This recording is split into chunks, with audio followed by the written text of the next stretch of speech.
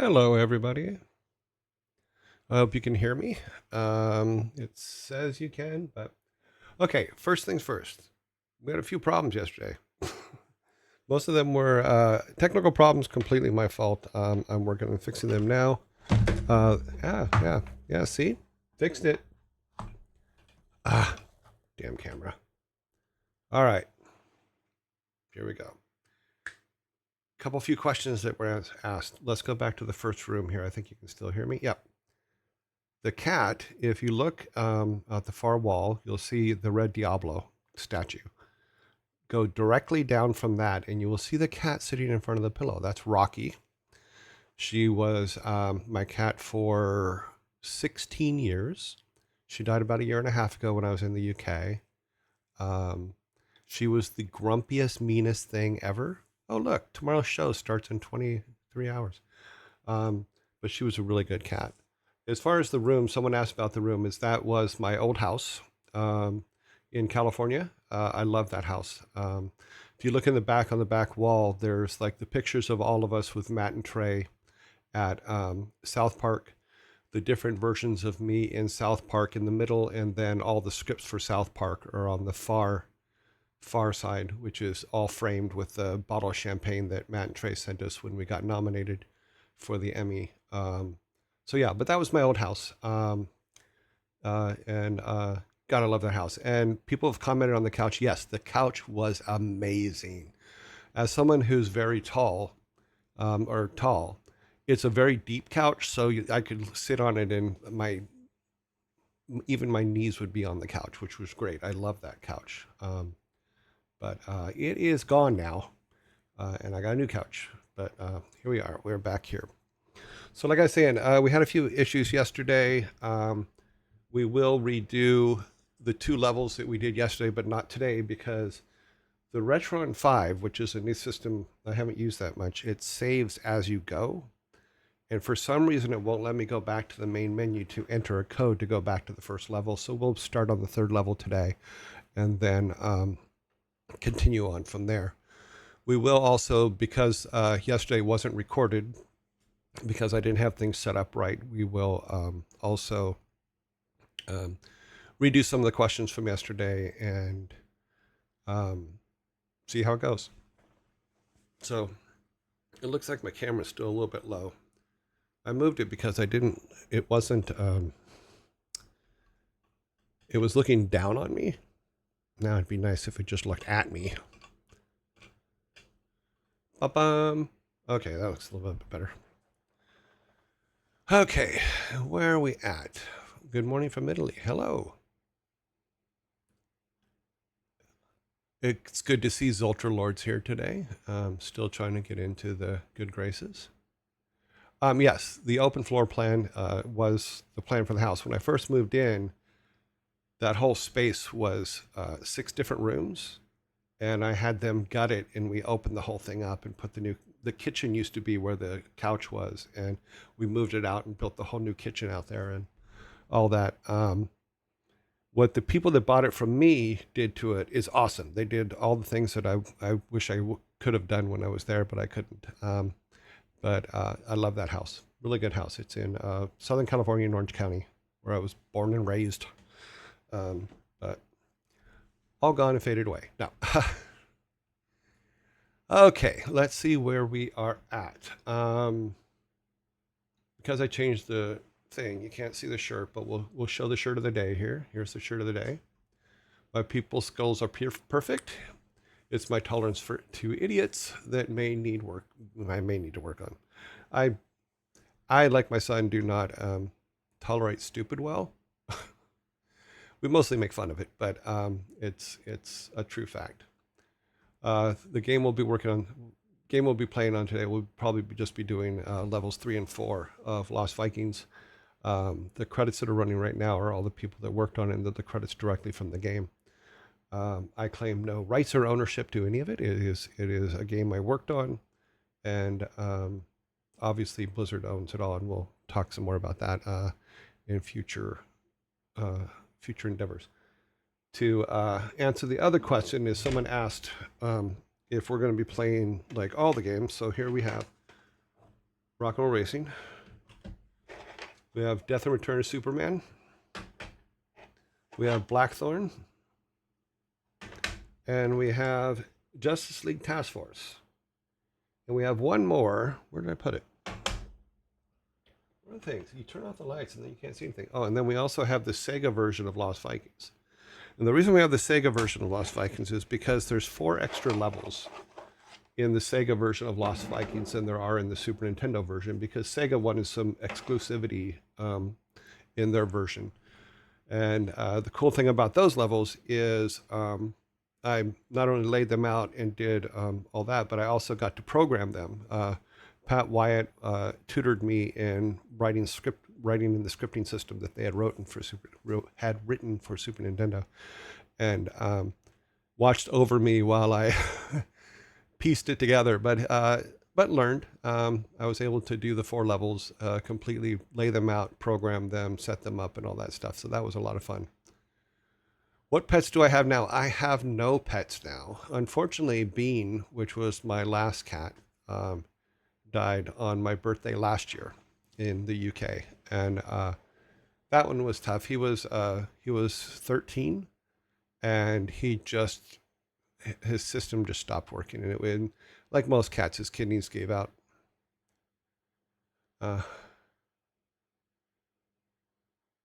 Yes, Brian Fargo from Exile. Brian Fargo used to own Interplay. Really nice guy. When we were working on, we had just moved into 30, so we were working. God, I have to dig out the picture, but we were working on most of our games for Interplay that we did, early ones, the Super Nintendo ones, were with Interplay or Sunsoft or stuff like that. But Interplay was a very close family member, basically, to Alan, because Brian Fargo and Alan went to school together and stuff like that, and knew each other and worked on. In fact, I believe Alan is on the credits for Bard's Tale, which was Brian Fargo endeavor, I believe. But they had been friends forever. And one day, when we were working on, I think it was just before we started working on World of Warcraft, or not World of Warcraft, but Warcraft itself, the first one. Brian Fargo had pulled up in front of our building with in his car, and basically painted all of Alan's window to his office in paintballs, challenged us to a paintball war. And so we went, okay. So Interplay and Silicon and Synapse at the time went to war up on Green River in Orange County, which is where the paintball place is. And we all showed up, and we beat them. It was fun. There's a picture, and I'll have to dig it out, but Thor's in the picture. He's maybe, I think he's 5, and his brother's like 3 or 4. No, wait, he would be 6, and his brother was probably 3. But it's all of us in our paintball gear, and then the boys in front of us, which I thought was a very cool picture. I don't think Thor has a copy of that, but I'll dig it up at some point. But yes, Brian Fargo, who now owns In Exile. Really nice guy, does great work. Yes, small Thor, baby Thor.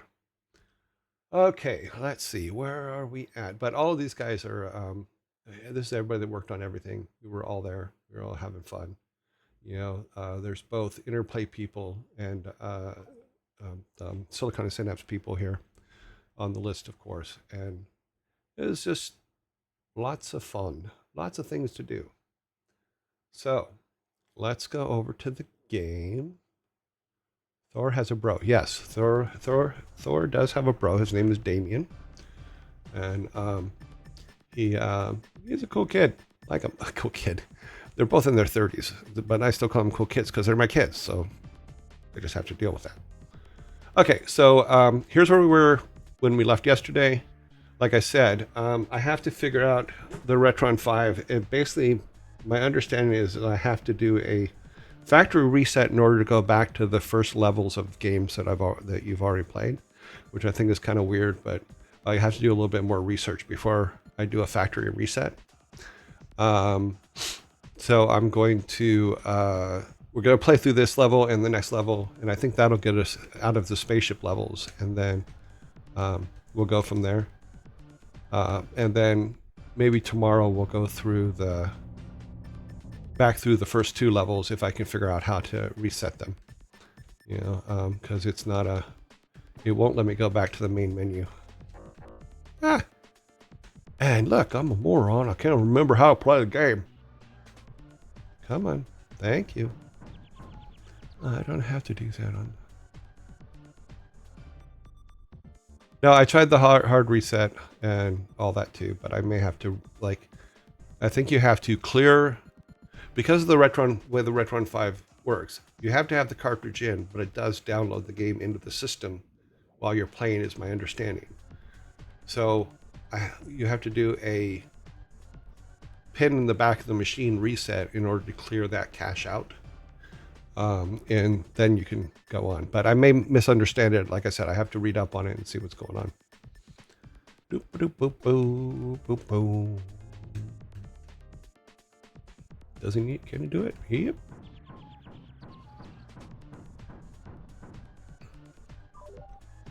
It's really cool to think about the fact that the limitations we had to work with to make these games, where yes, it looks like there's a lot of artwork in there, but it's just repeating literally the same things over and over again. And just laying them out was a lot of fun because we didn't have map editors. You literally had to go in and lay them out one matrix or cell at a time. So Mike Morheim had written a program called CED, which was the cell editor. And I would go in and basically lay out every 16 pixel by 16 pixel block, which is about the size of the one over there, you know. So you go and lay all those out to make all the levels and stuff like that. And you could only have 1024 cells, which are 8x8 cells, 8x8 cells, to make up all of your stuff. So it was a tricky time. Now you just go in and if you use you make your cell set and then you just paint them in. I'm like, God, I wish. That would have been great for this stuff, but nope, it's not how we used to do it. Why old games have so much character? The reason why is because someone had asked, why do, also, absolutely, yeah, it's also why we have so much character, because you had to. I mean, one thing that we were really good at, I thought, was the characters that we put in our games. You know, everybody had a personality, everybody belonged there, everybody lived in the world that we created for them, and that was an important thing. I had said yesterday, in what we will now call the Lost episode, that it was important to us to make the worlds complete while making them fun. Like, it's not that you're in there playing the game, it's that you're in there visiting that world.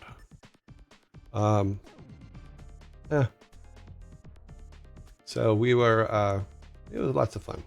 Enjoyed it.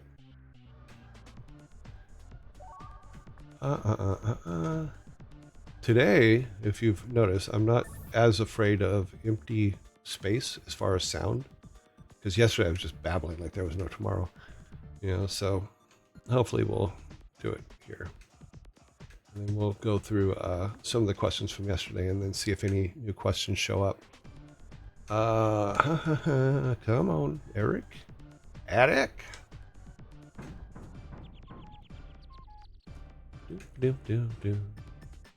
Oh, I forgot to. Oh yeah, I am good.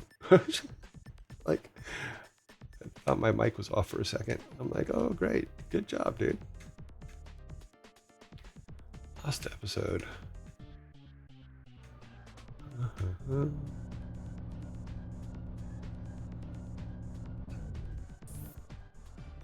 Okay, here's where we got stuck yesterday.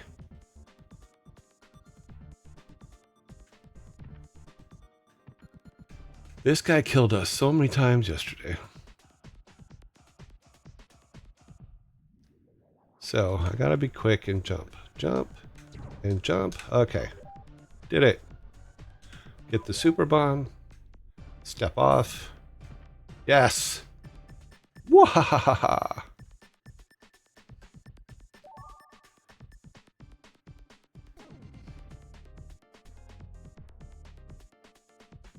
Oops. Okay, come on. There's still many places to die on this level, so we will continue on. Mwahaha.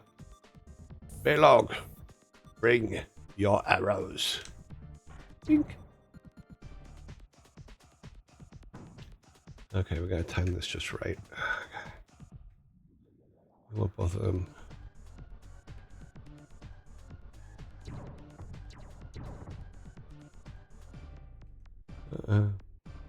To back up what someone just said, yeah, I'm not going to talk any politics on this stream ever. So that's just the way I am. I don't think gaming is a place for politics. Sometimes it's just not right. So we will not be talking about that. Okay, I had a question from yesterday. The game over screen. Since to pass the next level, is there a reason that game over screen isn't?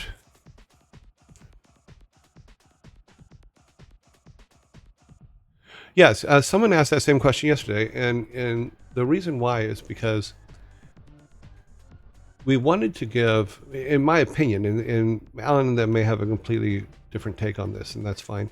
I always thought that it was because we wanted people to have time to stop and think about the levels, or you could even take the characters that are still alive and search the levels some more before you resurrect the Viking that had died.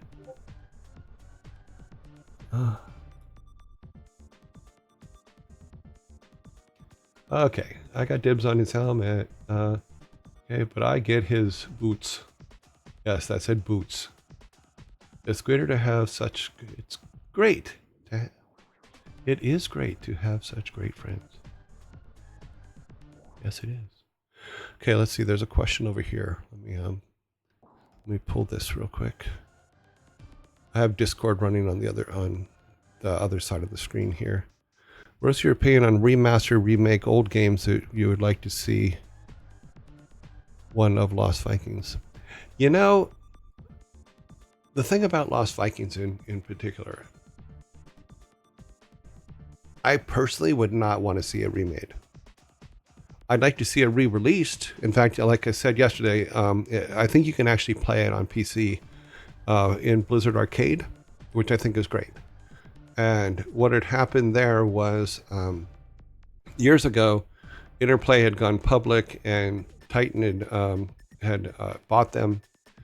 And one of the things I said to Mike, because Lost Vikings, Rock and Roll Racing, all of our original games that we did, I went to Mike and said, well, can we buy their part of the license for them, or the ownership of them? And he had went out and made that happen, which I always thought was cool.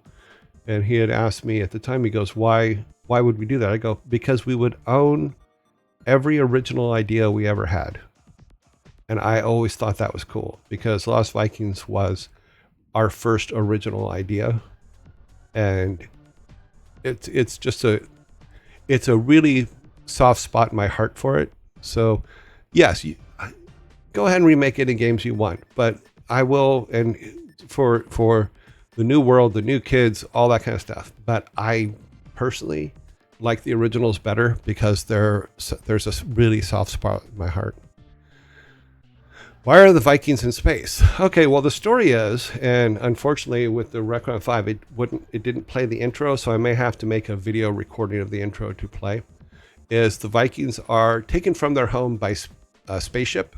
They're basically abducted by spaceships, and when they wake up, they're in the spaceship. So we're on the first 3 levels here, or 4 levels, which are inside the spaceship of Tomater, and so they're trying to find their way home. So they're lost. They're lost in the spaceships, and they will go to different worlds, different adventures, stuff like that, in order to get home. I didn't know that the Recon was not going to play the intro when I put it in, when I started using it. So I will go back and record the intros for all the games. I'll have to do that probably tonight or tomorrow, so I have them going forward, and then we can watch them as we begin each game. Because I did go back and get like the the credits, but I thought that the game would play the intros. But they're lost in space because they were abducted by an alien who wants to put them in a zoo.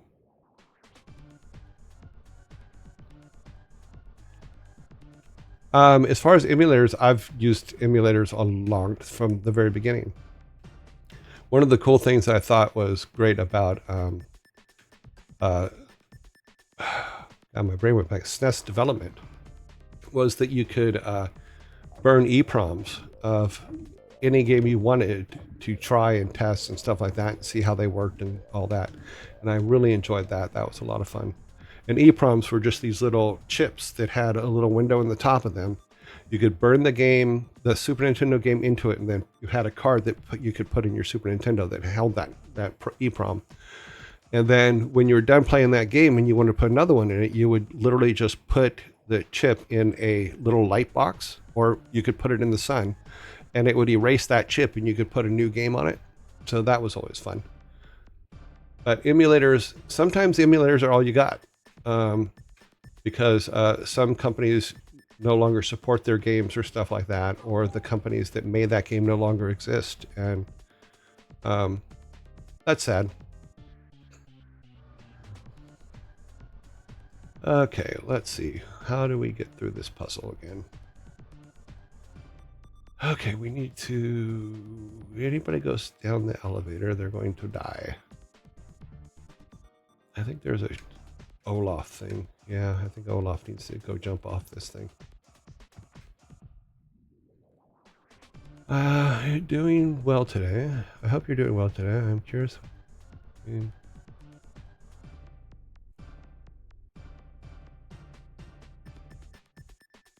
Okay, let me reread this. I hope you are doing well today. Yes, I am. I have a little bit of a cold, but I am doing well. I'm curious what video games made you hooked to video games that made you where you at now. Okay, let me decipher that in my head. Okay, basically I started playing video games way back. I mean, in the 70s, we were playing pinball machines. You know, I remember when Asteroids came out. I remember when Pong came out. All those things. So I was always fascinated with those kind of games and things like that, and played them forever and ever. As I got older, I was a plumber for 8-9 years, and I had saved up enough money to buy a Commodore 64, and that Commodore 64, I played like Incredible Mission, you know, all kinds of games. And then I started like downloading code and writing BASIC and saving it on cassette tape of all things, which I just thought was hilarious. But I remember when the Commodore 64, Commodore 64 had a dial-up service called Quantum Link, which I believe became AOL, if I remember correctly. I may be wrong on that, but I think they became AOL. But you could go and on the phone call up and download stuff, but it would take forever. Oh my God. You know, I remember and then if anybody picked up the phone, or if a phone call came in, it would just disconnect you. You'd have to start all over again. Oh my God, it was terrible. But those were my starts in games, you know, and then I always wished I had an Atari, but I couldn't afford one and things like that. And then I got hurt on the job and had to basically start over. And I have to thank the state of California, because in the 80s, when you were disabled, because I had fallen down a staircase at work, when you're disabled, they put you through a bunch of tests and stuff like that. And I went and did all the tests, and they said, and for the State Department of Rehab, and I don't know if the program still exists, but they said, okay, you should be in computers and art based on your tests. I'm like, okay, but what am I going to do with that? They go, oh, you don't understand. We're going to pay for your college. So the state of California paid for my college, which I thought was awesome. It was tough, don't get me wrong, and the home life was a little bit vicious and stuff like that. But I went back to school and I learned 3D art. You know, they taught 3D on Amigas. So, because that's using a program called Sculpt 4D, and that's where I originally learned 3D art, and took that and worked in a company in Irvine for a little while, and then left that company, and then went to Beverly Hills, where I worked in making graphics for television and things like that. So I did like the American Teacher Awards for Disney, and Pair of Jokers, and Comedy Club Network intros for Showtime. Now, when I say I worked on them with many other people, but worked on them, because it wasn't like I did them all by myself. No, there were a lot of people there, a lot of people doing that. And I worked for a company called Slade, and John and Mrs. Slade, who owned the company, were fantastic people and gave me a break and paid me pretty good to come in and learn and do those things. So, and I learned to, I was already editing videotapes at the time, so I learned some editing from them. So I was able to go over to Sunset and Gower in Hollywood and learn how to edit on the Harry and the Quantel paint box and all that kind of stuff, which was a lot of fun because we were going from D1 videotape, because there was no digital there. It was just D1 tape, which was sort of like Betamax, but a higher quality. Because you do all your graphics on D1 tape, and then they transfer it and put alphas on it in the Harry, and then that would then go to the production companies. It was a lot of fun. One of the cool things about that time, though, is I met, when I was looking for a job before I found Slade, I met Mr. Sinclair, who owned the Cray computer that did all the graphics for Last Starfighter. So I actually got to stand in the room with this massive computer that it had all the stuff, and it's literally as big as a room. And at the very end was either a 35 or a 70 millimeter camera that they would shoot each frame out to in 3-color wheel and that's how they did all the graphics for Last Starfighter, all the ships and all that stuff. And it was really cool. And I'm just like in nerd heaven at the time. So I think I'm going to need my first cough drop. I know I put them here. I'm starting to talk fast again. But yeah, so God, I lost the original question. Let's see where we're at. So I also had applied at one point to CinemaWare, which was doing a lot of adventure games and stuff like that, but they turned me down. I think they were more concerned about the drive from northern LA to Orange County every day. That would have been murder based on traffic. But I'd always been interested in some kind of gaming or stuff like that, just didn't know how to get into it. And the way I got into Silicon and Synapse was that my wife, Thor's mom, was not happy about the fact that in order to work in Beverly Hills, I had to leave at 6 o'clock in the morning and come home at midnight because of traffic and other concerns. And so she said, find something closer. So I started applying for places in Orange County.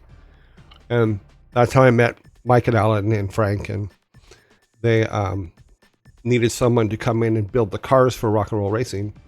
So I came in and interviewed, and I put on, not knowing anything about the actual game industry, I put on a suit and showed up in a suit, which Alan has made fun of me for forever. Because he said, I remember him saying that he said to Mike later that day, which is actually true. He said, that person has never worn a suit in his life. And he was right. But I didn't know, for a game company, I didn't know how to show up to apply for it. I just didn't know. So I was dumb, but it was funny. And I know that Alan got some great laughs out of it. And just so you know, it was a terrible suit. It was literally what I think I got at a thrift store at one point because I needed a suit for something. It was not like, oh my God, look at that amazing suit. So I interviewed, I believe it was in February. And then in September, they called me and said, okay, we're ready to hire you now. I'm like, okay. So I was working at Mr. Film in Venice Beach at the time. So, because I didn't know I was ever going to hear from them. And they hired me on a 5-week contract to come in and build the cars for rock and roll racing, which I came in and they set me up with a computer. I was building the cars, and you know, and doing other work, and just that's how I got into it. That's where my roots are. Oh yeah, someone asked about Halo 3 on the chat yesterday and in here today. Unfortunately, I can't play first-person shooters because I don't know if you can see from the camera, but my eyes are a little fucked up, you know. So I get vertigo if the camera hertz are not right. So most first-person shooters I can't play. The first one I was ever able to play was Half-Life 2, and I love that game. Oh my god, I love that game. That was a fantastic game. If you can get it, if it's in a bargain bin for $1 or something like that, or someone says, hey, I have this old game, do you want it? Take it. It's a really, really good game. Really enjoyed it. But Half-Life, Halo 3 and all the other first-person shooters, I've just never been able to play them. Okay, let's see where we're at. Okay, let's see if we can get Eric up there to turn that switch off. Jump. Okay, we're gonna jump up there. No, we can't jump up there. Let's see if we can go up here. Nope, can't go up there. Okay, we have to take this up and step off. Step off, okay. Now bring the boys over.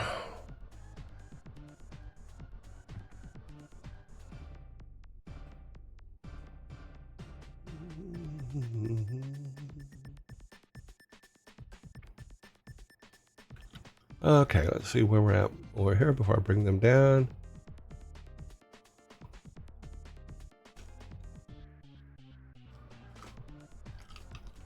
Okay, what are your thoughts on AI generation of concept art? Well, for one thing, I'm not totally against it, because there's some times when you can't afford a concept artist, but you have an idea. Now, I become against it when people lie and say it's not AI generated. I have no problems with AI. Just say it's AI. In all honesty, just say, you know, it's AI. I don't have an artist right now. I have AI. And for getting concepts across, that's sometimes a good thing, because you don't have everything you need. It's just like I was saying yesterday, in that if you use like ChatGPT to get past writer's block, great. It's a tool. Use it. But if you have ChatGPT write your whole thing and then say, I wrote this, there's my problem with it, because you can tell something written by AI versus something written by a human. I have no idea what that person just said. Sorry, I got distracted by a second. Still haven't learned how to turn off the sound for that. Look at that. Okay. But AI generated concept art, absolutely. Because you can hand that to an artist and say, this is kind of what I'm looking for. And then your artist will do amazing things. See, I was very lucky in that at the beginning of Blizzard, we had Sam Didier, we had Roman Kenny, we had some just amazing artists. But they were artists first. Like Sam, I had to teach Sam how to use a computer. We joke about it to this day. In fact, he's still, and I think he put it up on his, meaning Samwise, if you know who Samwise is. To this day, he still uses the same 386 keyboard that he had at the very first office where I taught him how to use DPaint and DPaint Animator, which is Deluxe Paint and Deluxe Paint Animator. And it cracked me up because there's keys missing from it, all this other stuff. But the thing about him and the thing about Roman were they could draw anything first. I mean, you say, draw me a girl fighter. And Roman will draw it so much that you sit there and go, is that drawn? And it is, because they're amazing artists. But in lieu of having those amazing artists, yes, use the tool of AI generated concept art. But note it's concept art. Don't ever say it. Don't ever say that a human did it. Don't ever say anything like that. Don't say that oh, I did this art. It's amazing. Because the majority of people that have a good eye can see concept like AI generated art versus regular art every single time. There's a visceral, what I always tell people is, if you're happy in your work, like as an artist in your drawing, there's a visceral feeling to it that the person looking at it gets. You can go back and look at like all the great masters that have ever painted, and you can walk in and you look at their paintings, and yes, paint's perfect, all that other stuff, but there's a visceral feeling you get from it. And the way I've always looked at it is that is the artist putting part of what they're feeling at the time they're making it into it. And your audience sees that. So if you're drawing happy, your audience is going to be happy for whatever reason, but you feel it. I'm really struggling with this cough drop. Sorry. Huh? No, so the feeling that a human being puts into a piece of art that they create, an AI artist will never be able to do, because you put a part of your essence in it, and your audience feels that essence. I don't know how else to explain that at this point. Your Joy, is Thor's story about D&D getting you full employed at Silicon Synapse true? Well, I don't know what story he's saying, but Alan did have a thing that you had to be a game player of some kind in order to work at Silicon Synapse. Everybody had to. You know, and I had played D&D, and I was playing a game on the Commodore 64 called Dungeon Master. That I didn't put the Dungeon Master on my resume or talk about it, but a couple of weeks after I worked there, Alan saw me playing Dungeon Master. I go, yeah, I play Dungeon Master all the time. And I go, and I had drawn out all the maps for it and all that other stuff because I was following along with it. And he goes, if you would have told me that, we would have hired you faster. You know, but as far as what Thor's saying about D&D, yes, you had to be playing games to start an employment, but I don't know the exact story that Thor is saying, so I can't say if it's 100% accurate or not. But yes, you had to be a game player in order to work there. Okay, this person says, I have actually got a fun bit of medical science to share. We're actually getting very close to being able to properly fix. Well, my problem is not degraded eyesight. My problem is I was born blind. I was blind till I was 9 years old. The reason I was blind is because my pupils never opened up. So even to this day, if you look at my eyes, my pupils are very, very small. And the reason I can see it all was a complete accident. My mom had taken my brother and sister to the eye doctor and basically left me in the car because in the 60s and 70s, you could leave your children in the car and they didn't die. So the eye doctor had looked out the window and saw me sitting in the car. He goes, well, is that your son out there too? And she goes, yeah, but he's blind. There's nothing you can do for him. He goes, well, bring him in. So she brought me in and he looked, he goes, his pupils aren't open. He goes, we can dilate them and see what's going on. And so they dilated my eyes and I saw for the first time. And they kept dilating my eyes over the course of, I think it was a month or something. I don't know. I was 9 years old. So, you know, and got them to stay open enough to where they could get me glasses and stuff like that. So my glasses are pretty, they're not as big as they used to be, because I had some eye surgery in 1984 that did a little bit of changing, but it was before LASIK. So I probably should have waited 4 more years to get LASIK than the surgery I got, because the surgery I got is my eyes keep changing shape, so my vision keeps changing. But yeah, I'm unfortunately for my age, and they're not going to get perfect eye surgery before I'm dead. So pinball. My favorite pinball machine was the Tommy machine. Believe it or not, it's also one of the first movies I ever snuck into a theater and watched when I lived in Anaheim. I watched Tommy by the Who. Still a really watching it now. It's pretty trippy. It's a pretty trippy movie, but so's The Wall. So if you watch The Wall or Tommy or any of the rock opera type musicals, then they're pretty trippy. But the Tommy pinball machine was my favorite. Always my go-to. Really loved it.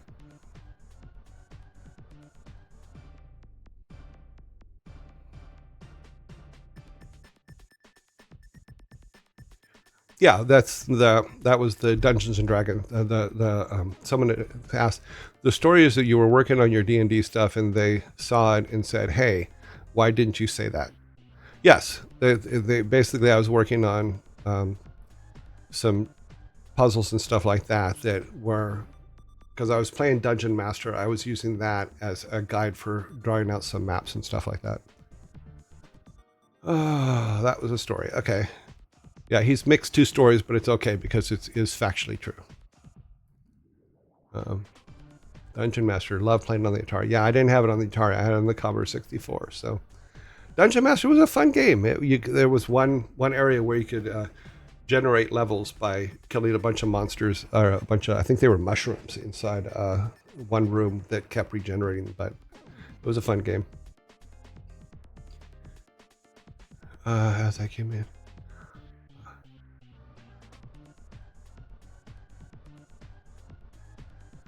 Yeah, someone says that I was talking about my vision when they came in, and yeah, it's vision problems shouldn't hold you back. I've always made it very funny that I was born blind, but my job is 100% visually oriented.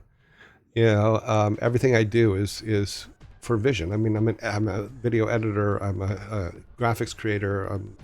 Everything's visual. Any competitor cinematics that impress you? I haven't watched a lot of the new stuff. I'm sure there probably is some stuff out there that will impress me without a doubt. So yeah, I love cinematic stuff. I love storytelling stuff. That's usually my big thing. I should probably play some more of the game right now. Let me get up here. Beep. Come on, guys. Bring in the stuff. Get through this. Yes, I worked on the original Diablo cinematics. They were really, really good. In fact, one of the things people don't know about the Diablo 2 cinematics is when you're looking in the gate of to hell, that image that is waving around inside the mirror, so to speak, is literally all the faces of all the cinematics team. So that's a little Easter egg there. It's all of our faces in there. Yeah, we for the original. Oh, that was the one where the kid slams the crystal into his forehead. Yes, we did. I was the cinematics editor at that time. You know, as we were starting to build the cinematics team and all that stuff. Oh, sure. What we know for sure is that Bob Fitch did everything at Blizzard. Bob Fitch is a very funny guy. I like Bob Fitch a lot. In fact, we had Thursday night poker at his house for probably 10 years. It seemed like a long time to me. Yeah, but Bob is awesome. He was the original programmer for Rock and Roll Racing. You know, he also was the one that it was either him or Pat Wyatt. I'm trying to remember. I'm pretty sure it was Bob who locked himself in a closet after CES and did the original base code for StarCraft 1. Like I said, I like Bob a lot. Bob was the first person ever to give me a concussion because we used to have the Blizzard hockey team back when all of us were young. But Bob is a milk drinker. And when I say a milk drinker, Bob drinks at least a gallon of milk a day. So his bone density is pretty much solid stone. And we were having time trials for the Blizzard hockey team.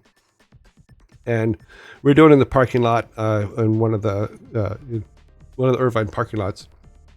And the coach had dropped the puck in the middle, and Bob was on one side, I was at the other. We didn't have our helmets on. We basically raced for the puck and hit head to head, and I got two things out of it. I got a concussion, and then 2 days later I had to have my wisdom teeth pulled because they got impacted. So when you're in your 40s and you get your wisdom teeth pulled, it's not fun, especially when they have to pull all four of them. But while doing it with a concussion, that was not fun either. But we used to say, yes, Bob Fitch is responsible for everything, because it was funny. And it was just fun to pick on Bob. We picked on each other a lot. But Bob did some picking too. I told the story yesterday about Jeff, and sadly I don't remember Jeff's name, but he was the original Macintosh programmer at Blizzard. And Jeff used to drink literally 3 gallons of Diet Coke a day. So he was literally like a little vibrating machine at the end of the desk because of the caffeine and all that. And Bob used to like walk past his office door and just yell, "Jeff!" And Jeff would just like jump out of his skin because he was wound so tight because of all the caffeine. But he did. But I don't know. I'm not sure what ever happened to Jeff. I like Jeff. He was kind of cool. Yeah. But yeah, Bob is responsible for everything, no matter what. And we did make the correction that Bob was not the one who gargled yogurt for the Murloc. Funny is I always think Morlock first because it's they're the underground dwellers in the time machine. But it was Tracy Bush, who's now, I believe, the head of music. I think he's the head of music somewhere. I forget where, and I'm sorry, Tracy, if you're listening. I just forgot where you work. But it was Tracy who had gargled yogurt in order to make the Murloc sound in Warcraft. Okay, let's continue on here.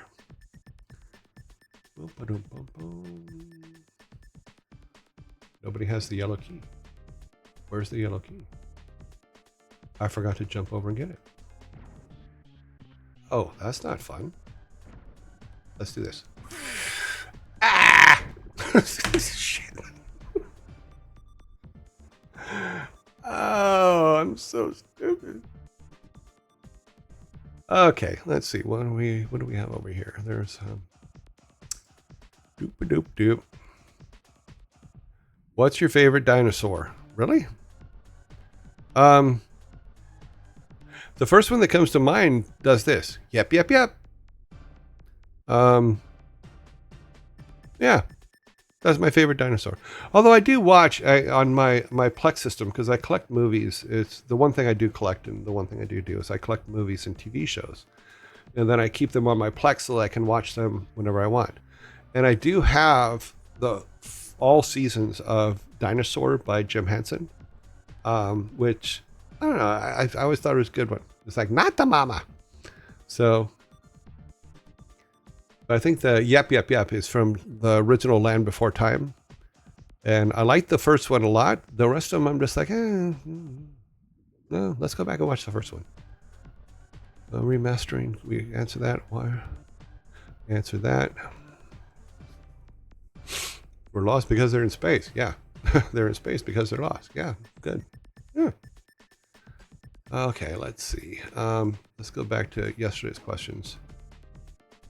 What's my opinion on censorship and rewriting of old things? I don't like it. One of the best writers that I remember from a child, one of the best storytellers and the best things that I loved seeing the movies for, reading the books for, was all the Roald Dahl stuff. And they want to go back and take anything that might possibly offend anybody out. And I think that's going to take the guts out of it. I don't believe in it. I don't think it's the right thing to do. The story I told yesterday was I give Peter Jackson a lot of credit because when he was about to release the movie The Two Towers, which is the second book of the Lord of the Ring trilogy, that it was just after, in close proximity for when 9/11 happened. And they wanted him to change the name of the movie because of 9/11. And as bad as I feel about 9/11, I didn't think it was right to change the name of the movie because the movie's based on the book. And the book had been around since 1954 in that area there. And I didn't think it was right to give up everything we have because of something that's happened. We deal with what happened, and we mourn for those that suffered and stuff like that, but we don't give up our history because of it, you know. And that's kind of how I feel on that. And I know some people will not agree with that, and some people will think I'm a horrible person, and I apologize to them for thinking that. But it's like people have said, you like remastered games and stuff like that. No, because when people remaster stuff, they remaster it with the thought of what it will or will not do in the time period. I would rather have the original. It's just like I collect some books. There are some books that I collect, but I do have all Roald Dahl stuff. I do have all Dr. Seuss stuff because they said they were going to go back and edit them and change them, and I can't agree with that. You know, if you're going to do an update of a game and remaster it to the original, absolutely do it. But if you're going to go back and change it to something that it wasn't, then no, I'm not for that.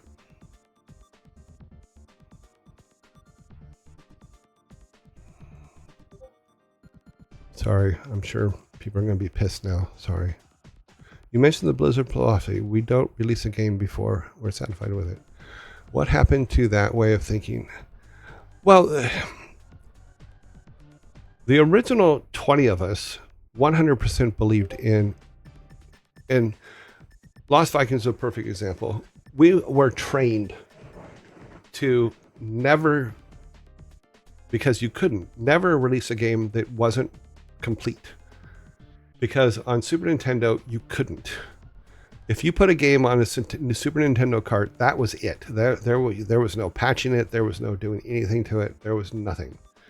And it made us better game makers. When we came into the PC world, we just brought that with us.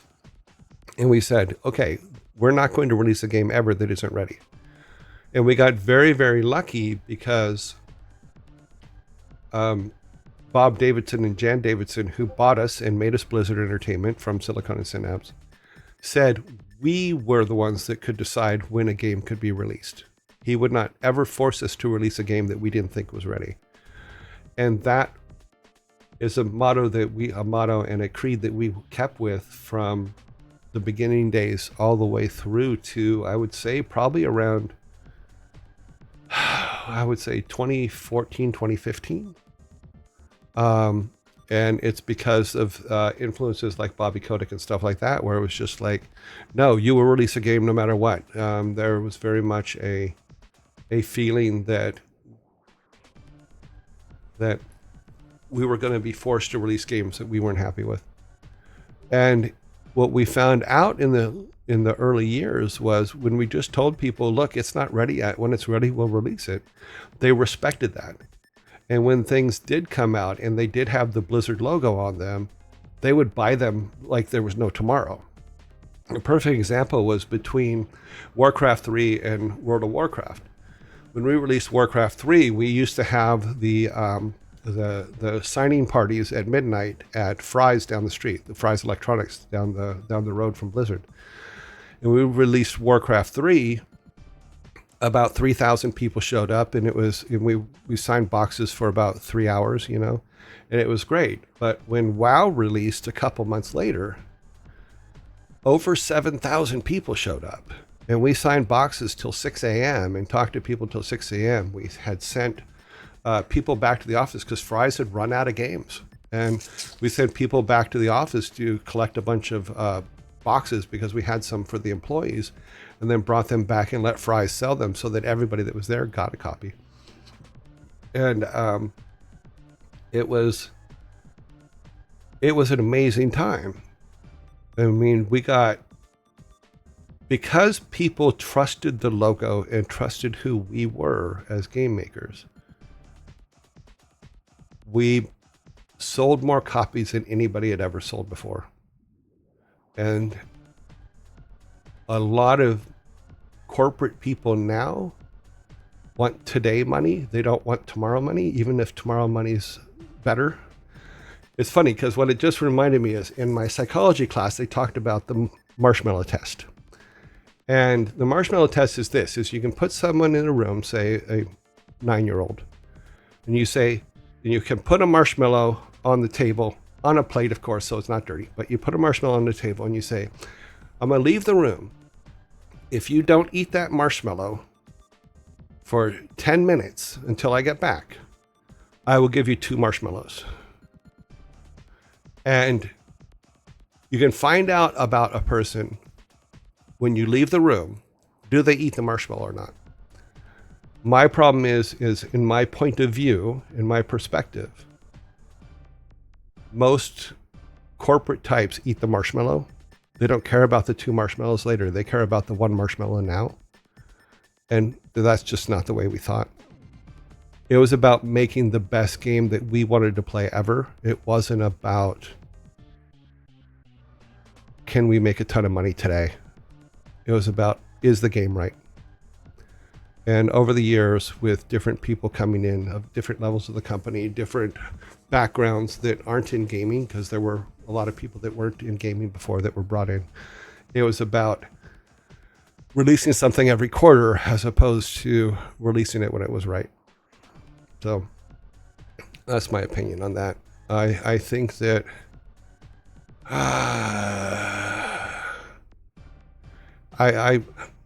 the first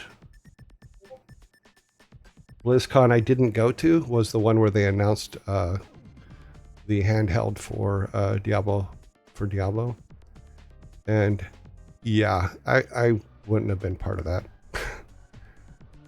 I'd already left, and it was I think that was a mistake.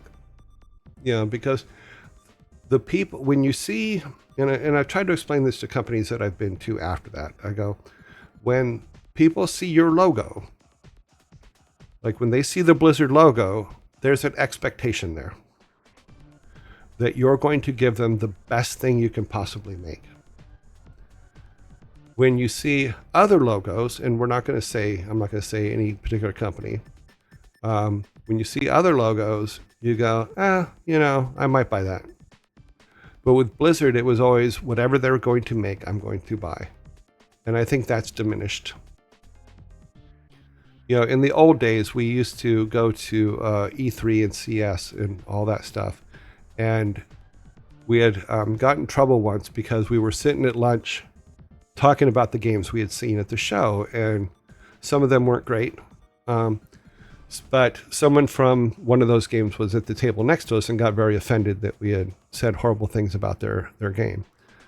So Blizzard, we decided that we were going to, if there was a game there that we didn't think was to par, we would say it was neat. That was a very neat game. And so if you ever hear an old-time Blizzard someone say, oh, that's neat. Yeah, it's not good. But we never wanted to be neat. We wanted to be, oh my God, that's a Blizzard game. You must have it. Because we only made the games we wanted to play. And if we weren't enjoying them, we would throw them away. And we talked a little bit about this yesterday in the Lost episode, that it's better to throw something away that doesn't work than release it and have it tarnish who you are as a game maker. I need to bring him back to life real quick. Honest, I know the buttons. Come back, Eric.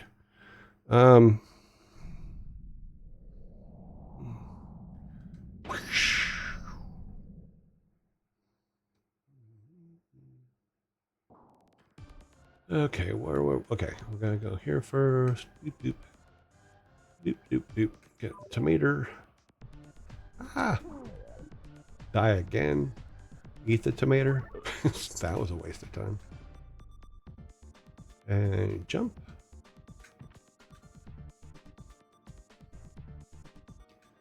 Doop, doop, doop, doop, doop. Nope. Keep up here for a minute. Jump. Crisscross will make you jump. Jump.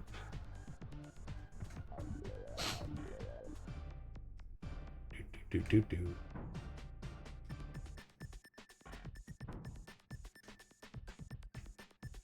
Okay.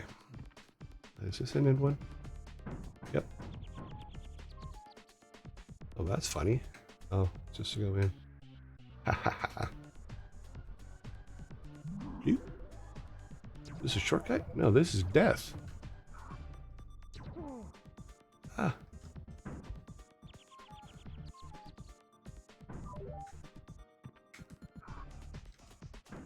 Oh. I forget where some of these things are. I missed this the first time we went through it when Eric died. Okay, let's go over this way. Nope.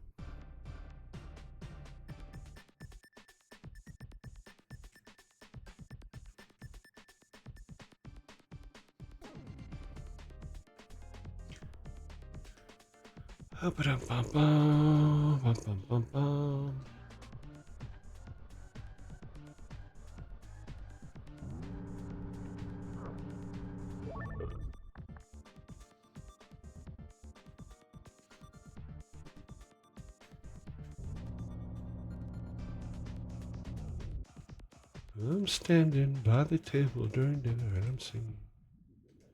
And it isn't even covered by you. Okay, we need to make the jump first. Jump all the way against the wall. Jump back. Okay. Everybody on the ladder.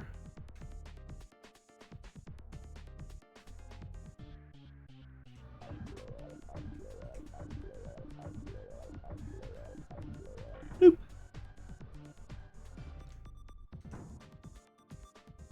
Is there anything? Oh, still bring Olaf up.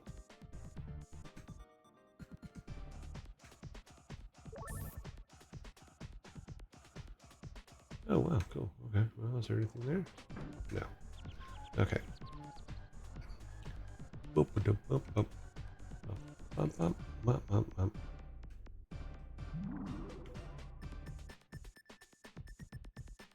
Oh, the fly bits.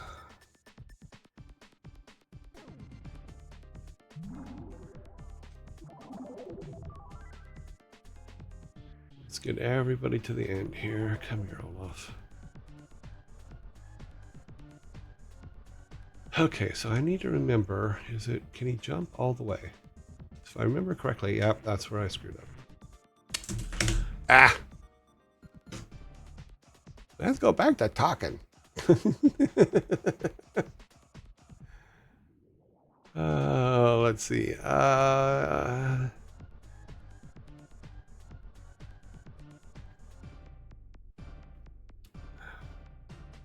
How are you doing? I'm doing okay. A little bit, still have my cold, but I'm good.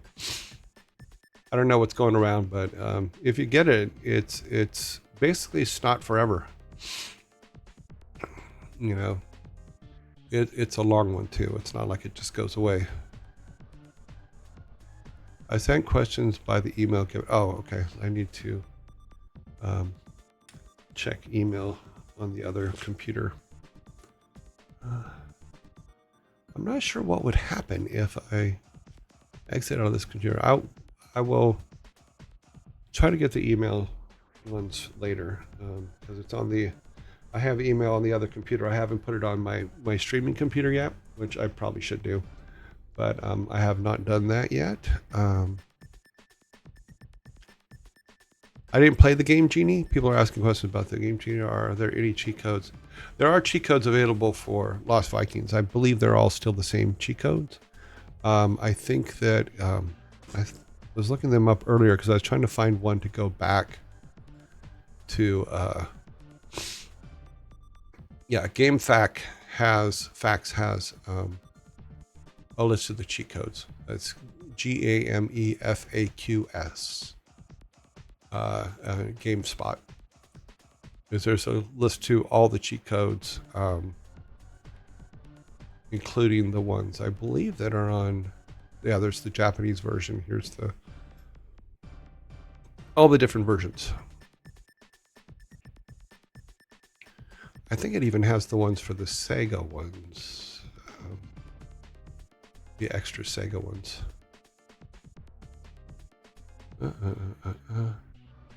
Right now we're on, I think we finished Ground. No, we haven't finished. This is the last. This one that we're on right now is the last one before we go into the prehistoric era.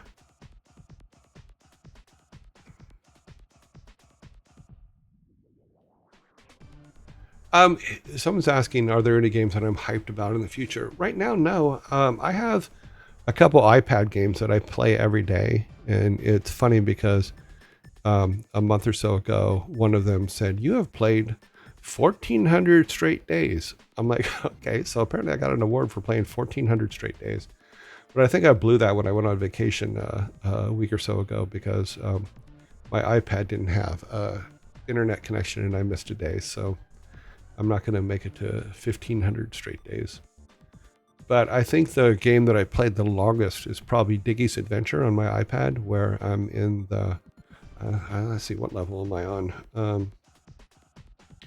In Diggy, I am, and it's just a little grinder game. I like it. It's just, you break up blocks, obviously he digs, and I play that, and that keeps my game chops, not my game chops, but it just keeps my game playing in control. Yeah, I'm level 773 on that. So I opened it and now it's playing a Bratz doll commercial.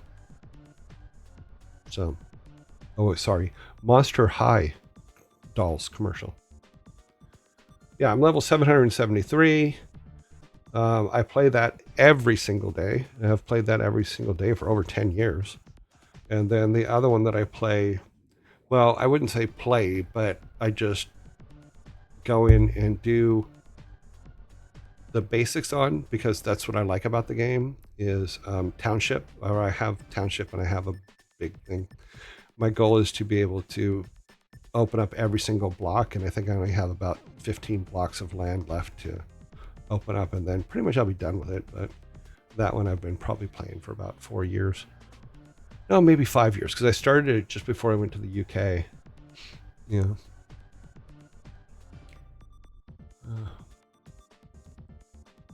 Let's see, where are we at? Over here. We need to... Things are coming in. My grandpa loved that thing. Marshmallow Man, what thing? Which thing? Oh, you mean the game genie? Yeah.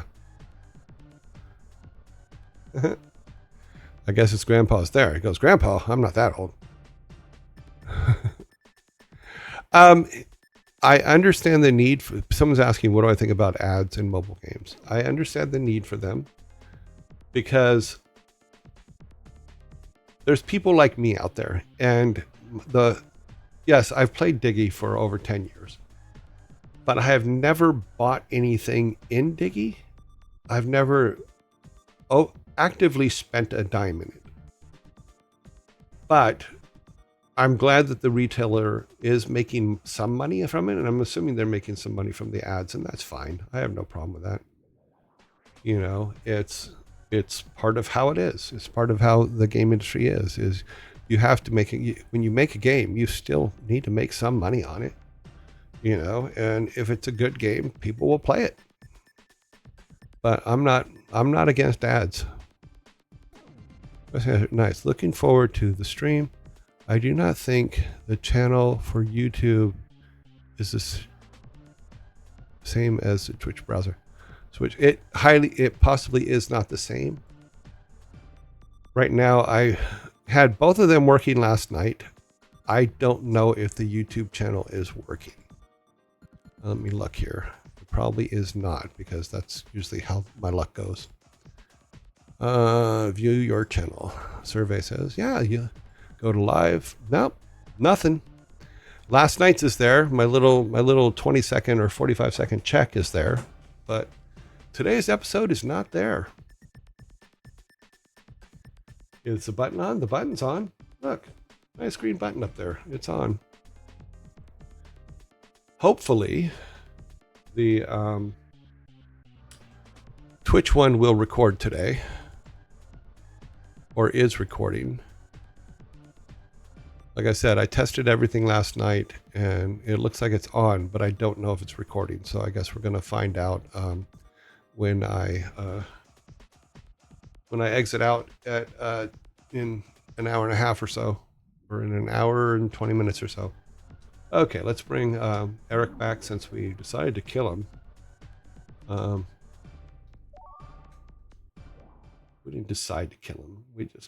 He just died. Okay, let's get back up here. And let's do all this again.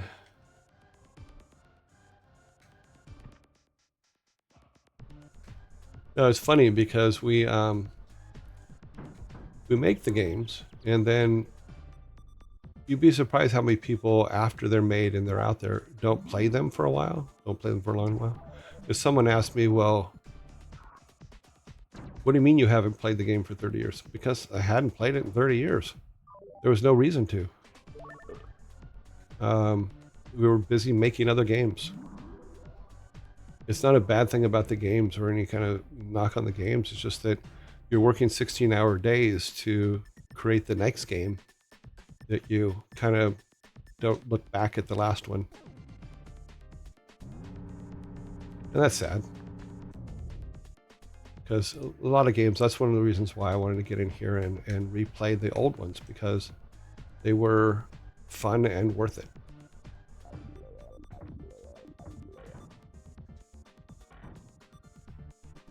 Anything else? Yes, a tomato. We want the tomato. Walk this way. Okay. Let me close that because I don't want to chew up any of my bandwidth. Let's close this. Let's go back to, let's get Discord back up here. And the question thing.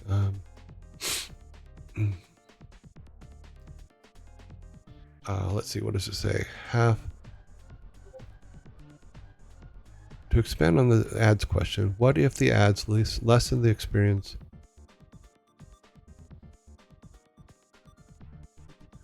Well, I think ads in general always lessen the experience of the game. Always, but I'm lucky in that I can focus on the part of the games I like and not the parts of the games I don't. I've been asked the question before, is do I like advertisements within the game? Not meaning it goes out and runs an ad or something like that, but do I want to see a Coke can in the game or stuff like that? No, I don't.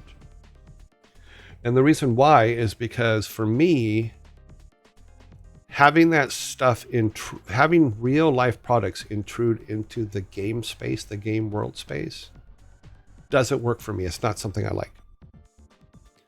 Whereas if you go out of the game and it runs an ad, I have no problem with that at all. I have that doesn't bother me in the least. That's the company making money and trying to get their stuff done. I'm fine. I just don't want to say, okay, I'm going to collect 5 Coke cans and 5 Starburst packets in my game. No, that's something I would not like at all, because it completely takes me out of the world that I'm in, the game that I'm in. And there's some people that would have every single game have every single product in it they could stuff into it. I'm just not that guy. No. Not a fan of that one. Not at all. Bloop. Hide behind it. And bloop. Catch it. Yeah. We're going to do our best not to kill Eric this time. Oh, okay, we're far enough along. Doesn't mean we won't kill someone else. But yeah, just don't intrude my game space. But ads outside, like if you're like, okay, the game says you're out of energy, watch an ad. Sure, I'll watch an ad. you know. And I realize that completely, that makes money for the company, and I have no problem with that because somebody's got to make the next level that I need to play, you know. I just don't, like I said, I don't like saying I'm going to go pick up 50 top ramen packets inside my game. No, that's too far for me. And like I said, there's some people that are fine with that. I'm just not. Okay, we're going to send Olaf first this time and see if he can block. Oh no, that's what we did last time, was we screwed up. Okay. I was thinking about the last level. I wasn't thinking about this one. Okay, let's get everybody over there. If I remember correctly, I can get him right up against. I think I can get Eric or Baylog right up against here. Now, Olaf put up his shield. He'll rise slowly, not quickly. Yes. Okay. It's don't jump. Okay. All the things you remember after time. Now that gives one of them magnetic boots. Which one do I think I want Baylog. Oh no. We went.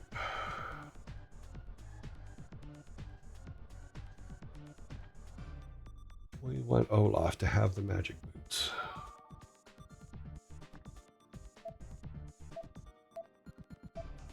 Because he can walk over and do the blocking.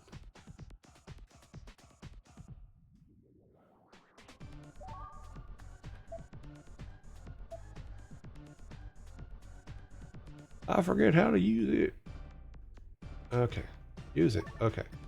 Now, he should be able to walk over and block this guy. Yep. Ah. Well, I'm a moron. Kill him.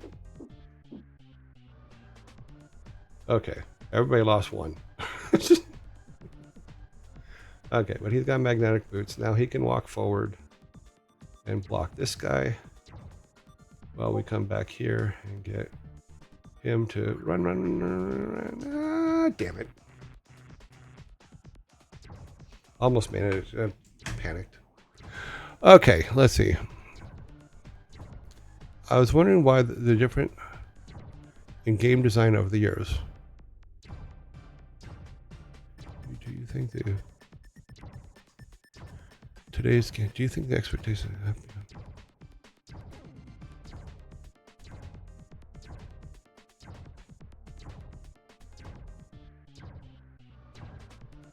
Well, I think that today's games sometimes are overthought. You know, it's just like looking at even Lost Vikings here. It's simple. You get in, you have fun, you get out.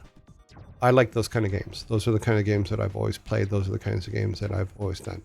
One of the things that I like about Diggy is like Diggy's Adventure. It's a 5-minute game. You go in, you do your things, you run it, you're out of energy. Okay, you're done. Come back in 2 hours, you know. I like that. As far as like the expectations are higher for games, I think that,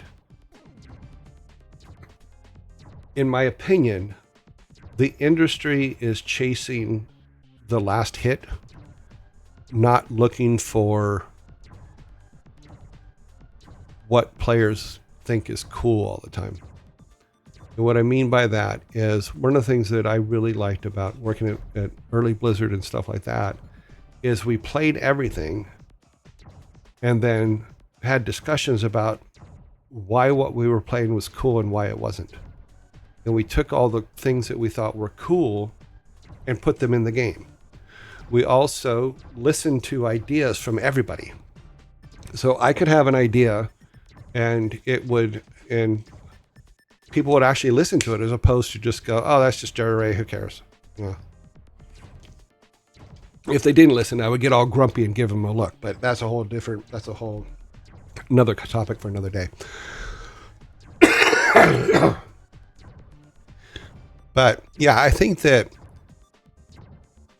and we'll get into this philosophical discussion probably later on, because it's not like we're not going to do this every day or anything.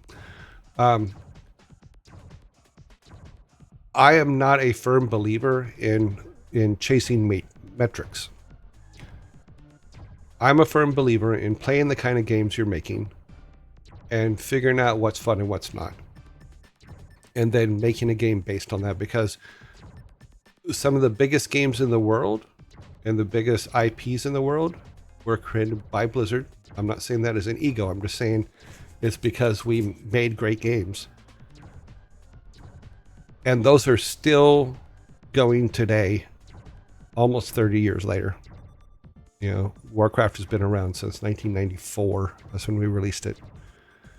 And it was a good idea, full of good ideas that we wanted to play.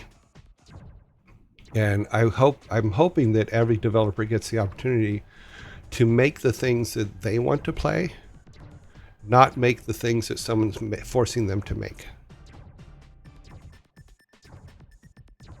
You know, and I think that's the simplicity of it, is if it's fun, make it. If it's not, don't. If you're half-assing it just to get it out the door, your players are going to know it. It's like I was talking about artwork and the visceral feel of artwork. Players feel whether a game was rushed or not. They get frustrated with it.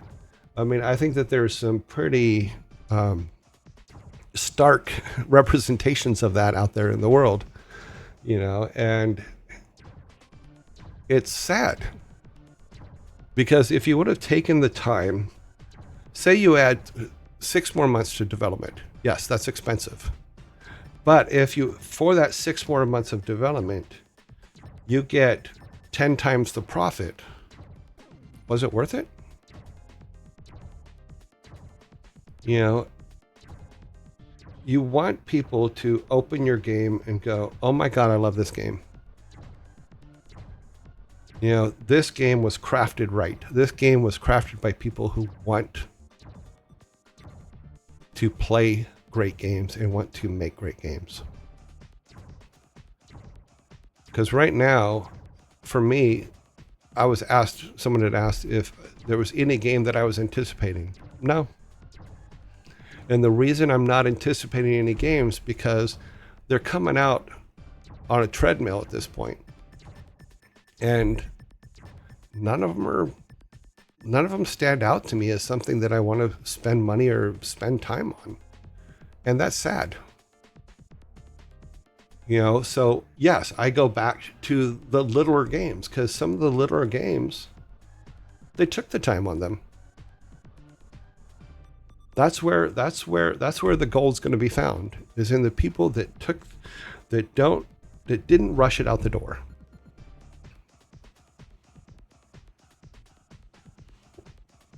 And there's a question here. How much realism is too much realism? I have no idea. You know, realism is fine in a game. But one of the things I had said yesterday, and I probably didn't say it as clear as I am going to try to say it now, is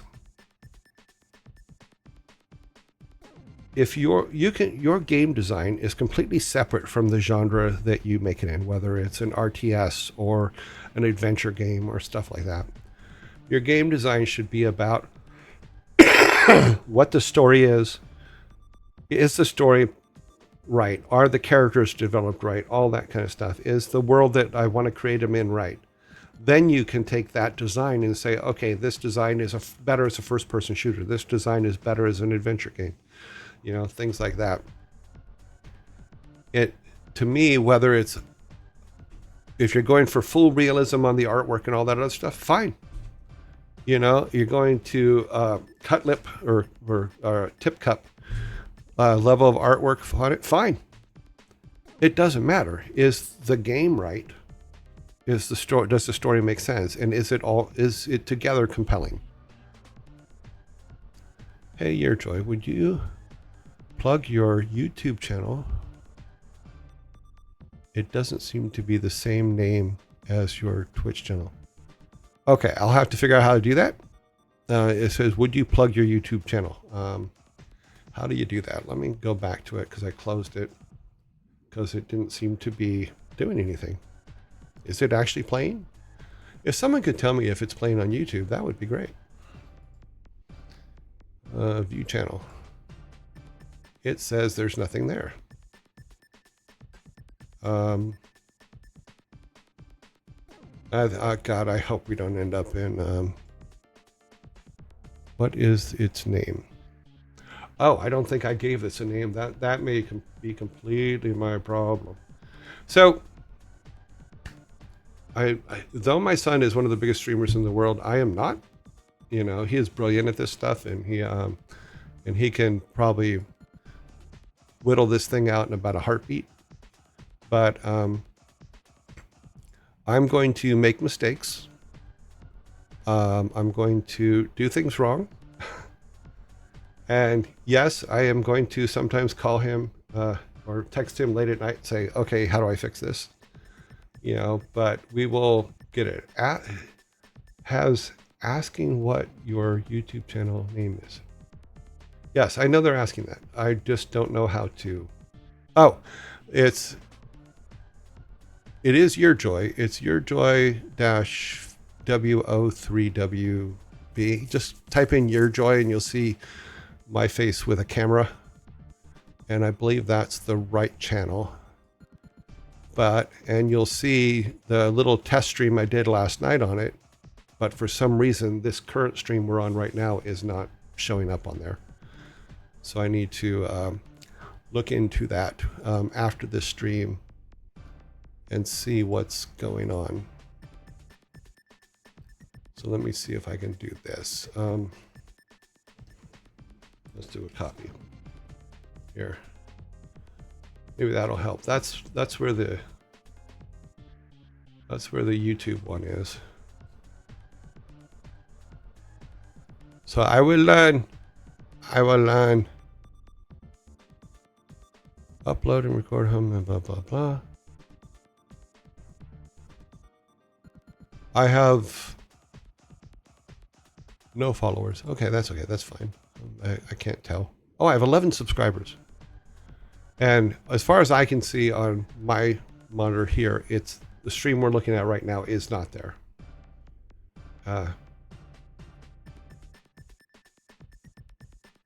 Okay, no, it says no, I'm not live on YouTube, but this multi-screen says it is streaming.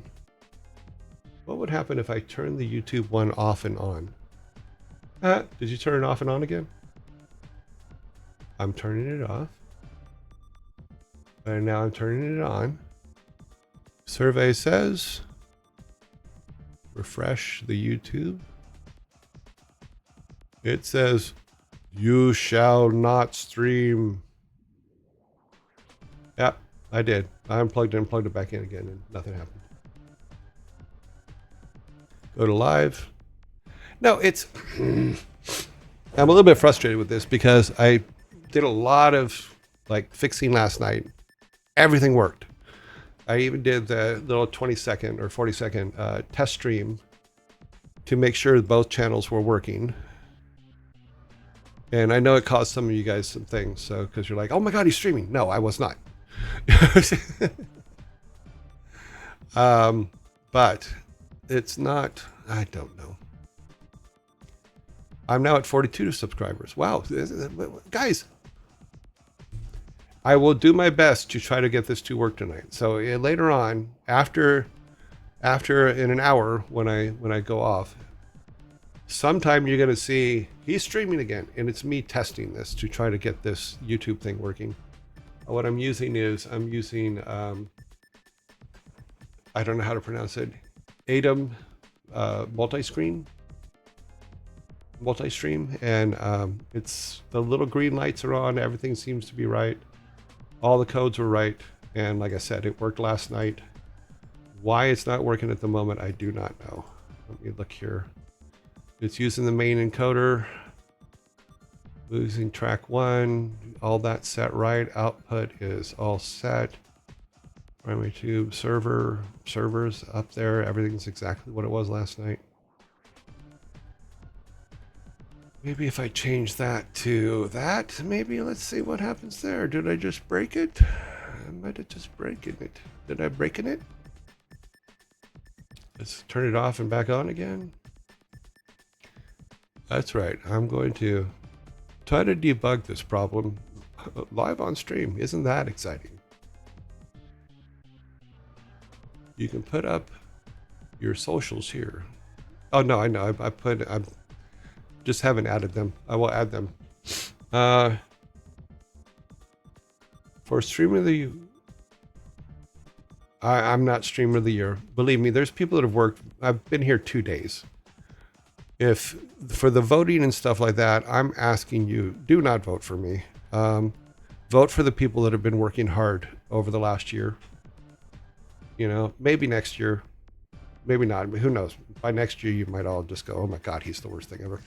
Yeah, but there's people out there that are working very, very hard. Obviously, for the one, vote for Thor. I will always. He's amazing. Yeah, but he is my kid, so I get to say bad things about him. Haha. But he's awesome. What is its name? Oh, here, let me put the link here too.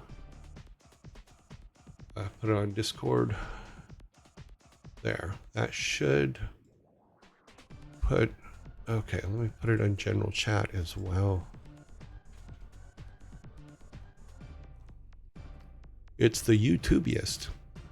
But once again, it is not streaming on YouTube for some reason. I turn it off and turn it back on again. It just ain't working. It's a mind bender. Yeah, that's a real live mind bender right there. Oh. So it is there. I think we need to bring a gentleman back to life here because we done killed him.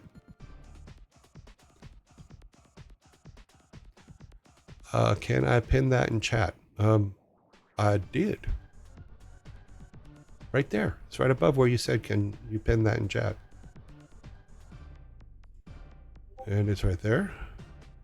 How old were you when this picture was taken? Oh. So I guess when I pinned the link for in the Discord chat, it shows the picture. That picture was taken, let's see. It was when I was with Laura, so it had to be, let's see, Jason would have been 2003, I think. I'm guessing. It is not Photoshop. That is my real hair. That was at a wedding of a friend, and I can probably look back and figure out when the wedding was, but it's just not, I just don't remember it right now. But I was taking pictures at a friend's wedding that I was invited to, and someone took, the actual photographer of the wedding took a picture of me. Did you verify your telephone number with YouTube? Of course, all that's been done for a while. Everything was verified. Like I said, it was streaming last night. That's why you see the 12-hour countdown thing that's on there now. Everything was working. Everything was verified. Everything. But like I said, I will dig through it tonight or after this chat and try to figure out what's going on. I will also figure out a way to get today's onto YouTube. Let me go to the settings here. Account settings. No, we went settings. It says channel status, Google account. Yep, that's all good. Notifications. Desktop notification. Playback and performance. Show in video previews is there. Privacy, keep all subscriptions private. Connected apps. Yeah. Advanced settings. User ID, channel. Well, luckily you guys can't see any of this stuff. Move channel, blah blah blah. Yeah, everything's correct. It's right. Everything's verified. Channel status. Let's see what that says. Basic info. Yeah. Yes, set the channel to make. I want to review this setting for every video. Maybe that's what. No. Let's just try changing that and see if it fixes the problem. I have created a monster. He is 6 foot tall.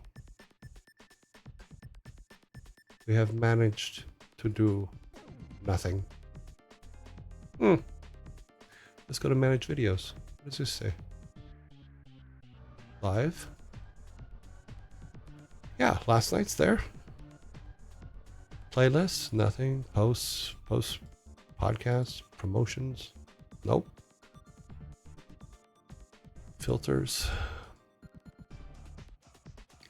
No, it's okay. Yeah, I will have to figure it out. Like I said, you'll probably see me start up a couple times later today. It's not me actually streaming. It will be me testing the YouTube channel to figure out what's going on. Yes, to the question is, did I verify my phone number? Yes, all that's done. Everything is correct. It's just not, for some reason, showing a live video. It just shows the one from 13 hours ago where I tested it to make sure it worked before. Hopefully the Twitch one will actually be saved and be live, so we won't have to do it yet again. Because if I have to keep just starting over every single day, this is going to be kind of a pain. Yeah, that's what I'm gonna call it. Call it a pain. Give up. Yes. Let's get Eric back, or sorry, Balog back. Come on, Balog. And then we will do this one more time. We're gonna get through this level before I leave. That is my goal. Because then we'll be into the dinosaur level, and we'll, geez, just fall off a cliff, why don't you? And we'll be, that'll be great. Oh, run! Run past him. Good. Yeah. Ah, that was close.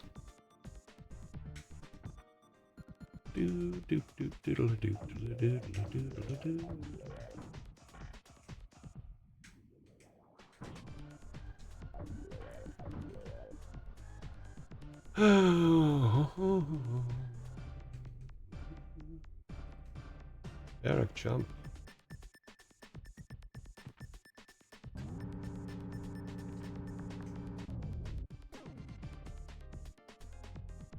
How many times have I done this level? Like 4 times now?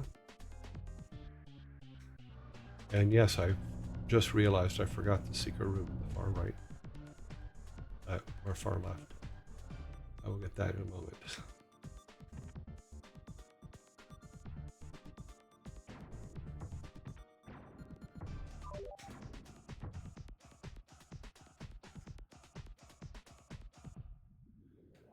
I guess I might as well go back and do it, see if I kill Eric.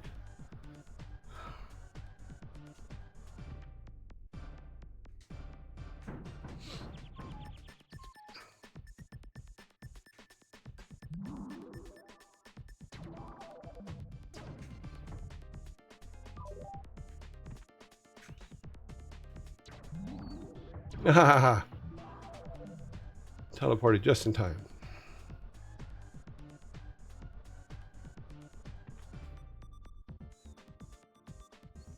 Okay.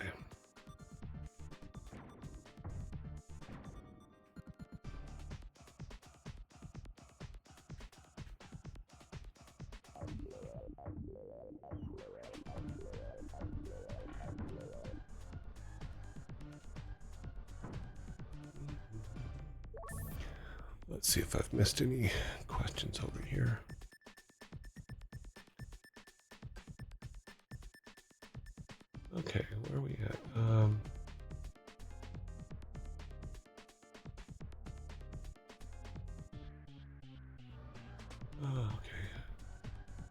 Oh, something has happened. There's some new people have joined us. Hello, new people.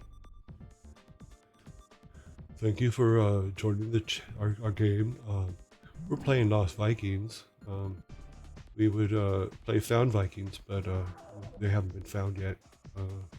So here we go. Let's bring Eric up, and then we'll bring Baylog up, and then we'll do Eric's just basic run into the next section. Come on, you got this. Get the gravity boots. Come on, Eric. Olaf, hold still. We need those boots. Das boots? These boots. Das boots. Okay, now we need to put the shield down.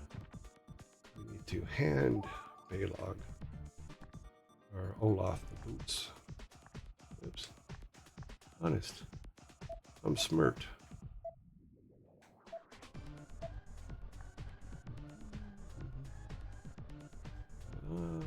Use the boots. Use the boots.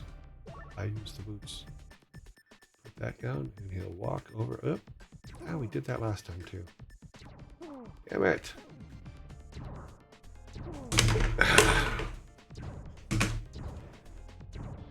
Smirt. SMRT. Smirt. Oh, let's see. What do we got going up here? Did you verify your telephone? Yes, we saw that one. We have a lot more people just joined. Why? What happened? Somebody else quit? Let's see. We're at...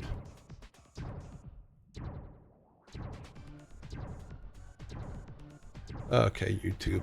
I don't know what your problem is. I'm gonna deal with you later.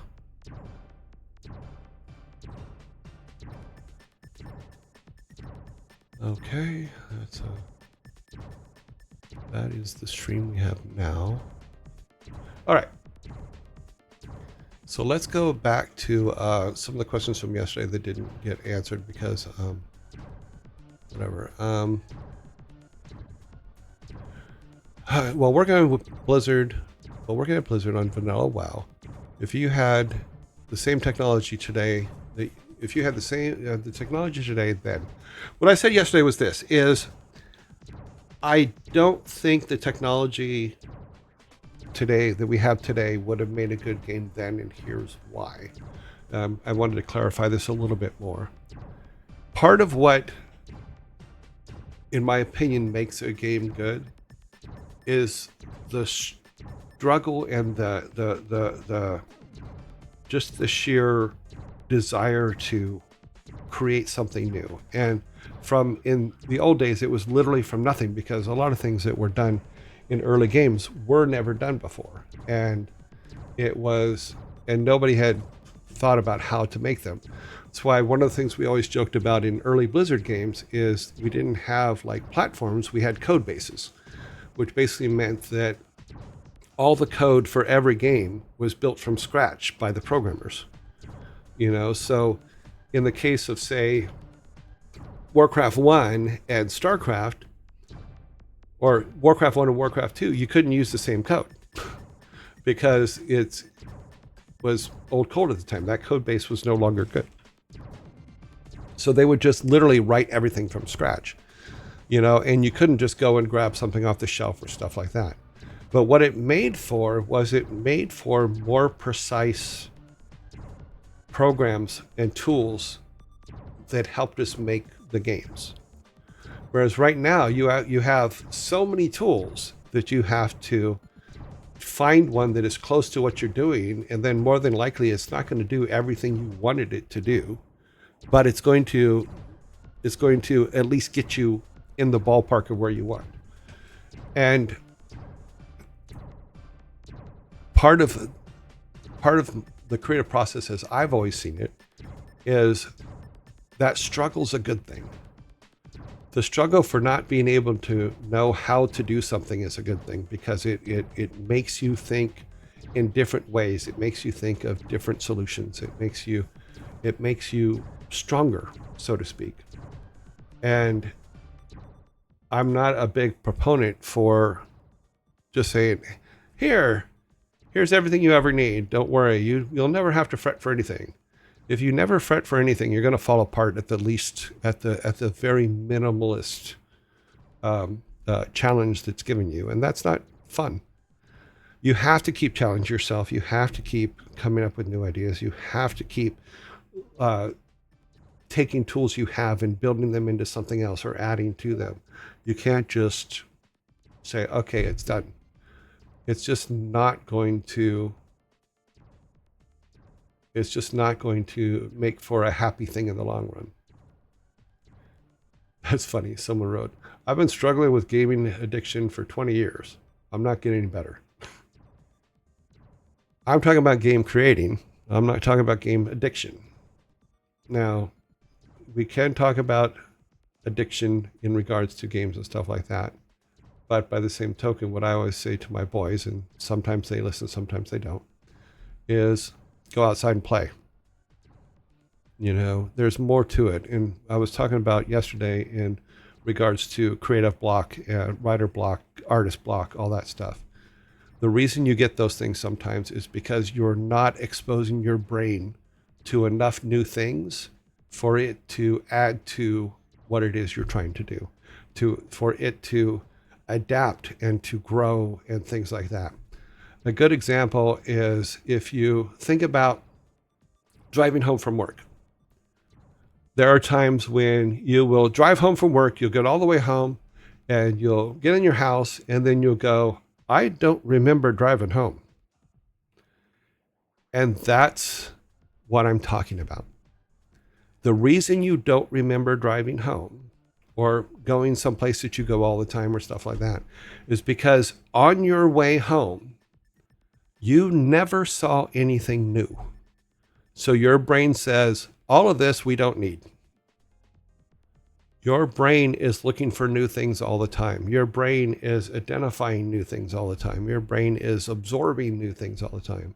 If you're just giving it the same thing over and over and over again, then it's got nothing to do. Give it something to do.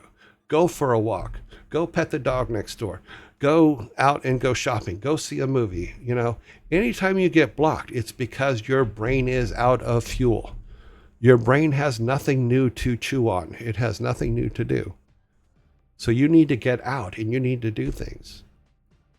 And a good, like I said, a good way to know when it's getting to that point is, do you remember any of the mundane things you did in the last 20 minutes? You know, if you don't, your brain is bored literally out of your skull. So give it more things to do. Someone asked a question here. Let me see. What was it up here?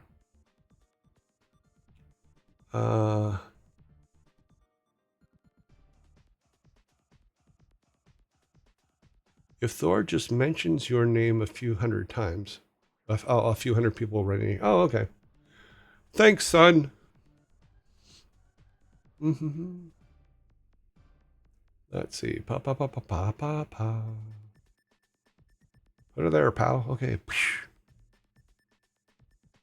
Oh, there was a question there, but okay. What did you get? Blah blah. Yeah. Okay. So let's see. What is a unique skill or talent you have that no one really knows about? I have the ability to change the temperature of the sun by 1 degree every 24 hours. It's a useless skill, but it's there because I will change it. Okay, the sun's been changed by 1 degree. The problem is I can't do it again for 24 hours. In about 35 minutes, it'll return to its original temperature. So that's it. That is my special power. That is a special power stolen from, I believe Brian Sousa came up with it first, and I thought it was a brilliant superpower. Because it's a superpower, but it's also useless. So thank you, Brian Sousa. Am I a sports fan? No. When I was a little kid, I used to go to Angels games all the time because we only lived about a mile from Angels Stadium. And when I was 14, I went to an Angel game. It was 0-0 for 14 innings. When you're 14 and you're sitting in an Angel Stadium and the game is 0-0 for 14 innings, you literally want to kill yourself. I have never cared about sports since then. I'm just not a sports guy. Just now, and I'm. Everybody goes, oh, Lakers, oh this, oh that, oh okay. There is one team that I check on now and then, and that's the Steelers because my friend Paul Sams is involved with them. But it's for, and Paul will love this because it's for purely evil reasons. Because when he first got involved with them, they had lost the Super Bowl that year, and I found him and just laughed at him, you know.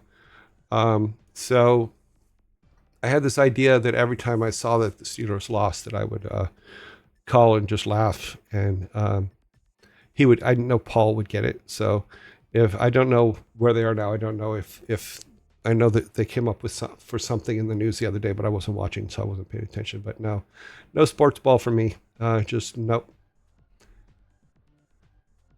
But maybe I'll check, see if they're winning or losing. If they're losing, then I'll maybe give Paul a call and go ha ha ha ha ha ha ha, like I did the first time.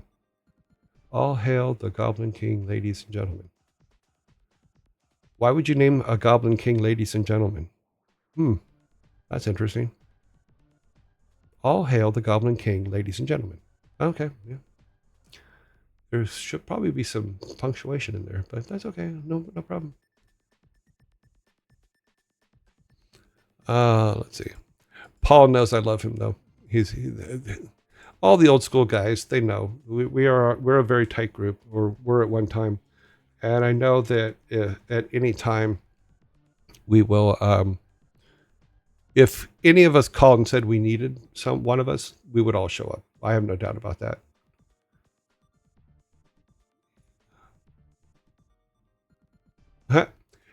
But to that point, let me set a rule here. Eventually, I'm going to get into stories that will embarrass some people, and I was trying to think of a way to tell the stories without outing everybody in that story. So I bought myself a book, and I'm going to let me put this on full screen so you can see just me. Okay, so I bought this book, and what I'm going to do is I'm going to when I go to tell certain stories, I'm going to say, okay, we have two guys, one girl, a dog, and a cat in this story. And I'm going to take out this book. It is a book of 60,000 baby names. And we're going to randomly pick a baby name for each person in that story.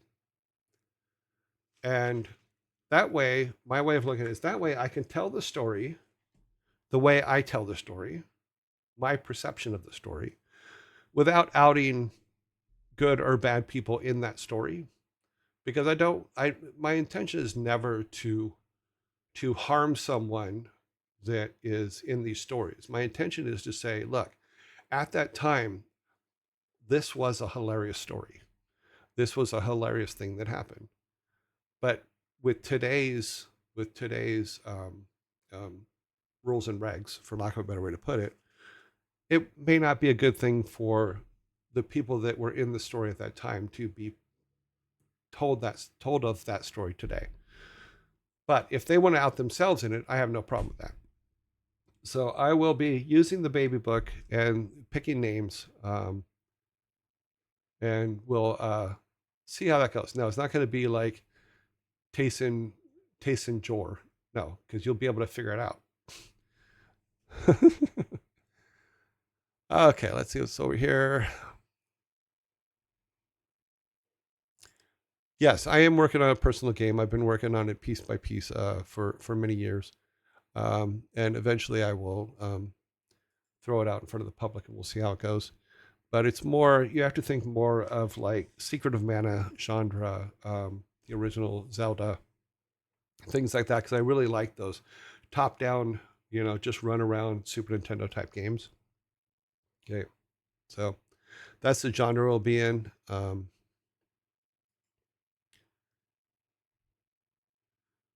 Let's see. Another topic could be RPM racing. Main thing. Uh, how do we achieve the 3D look? We achieved the 3D look back then by building the cars in 3D. Like I was saying yesterday, is they bought me a Mac with a 3D program, and I think it was called Sphere or something like that, and I could be wrong because it's been 30 years. But they bought me a 3D program because I was a 3D artist, and I literally 3D built those cars for the game, and then we did paint overs on them to clean them up and to make them uh, look like they were 3D in the game. So yeah, they look 3D because they were 3D, um, and then we just painted over them in D-Paint to make them all happy. Blackthorn was released the same year as Super Metroid. Did you run into censorship issues? Like I said yesterday, um, most of the censorship issues were because and I still don't remember what country it is, but there's actually a beer or an alcoholic beverage called Blackthorn. So we had to rename the game in that country because it was an alcohol beverage. The only other thing was we for different countries you had to make the blood a different color.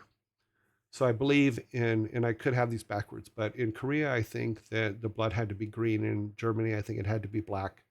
So we had to do color shifts on some items and some things to make them work in different countries.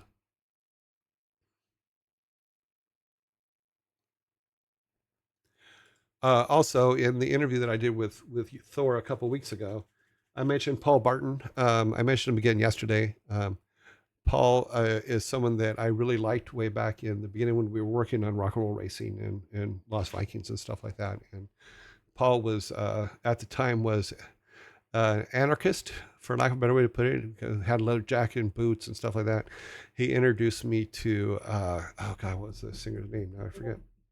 Uh, I can confirm Blackthorn is a UK cider. Okay, yeah. See, so someone has confirmed that Blackthorn is a UK cider. Um,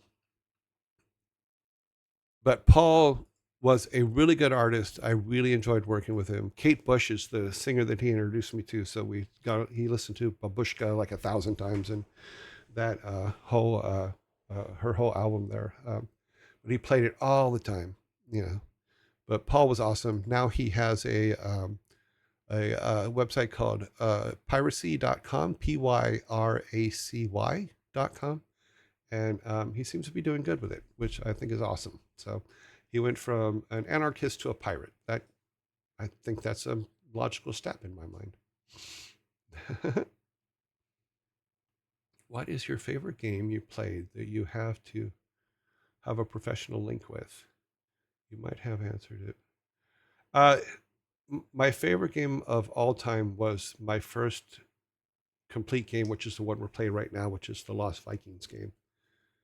The reason why is because it was the very first game that I was involved with from concept to final on the shelves shipping. And that will always be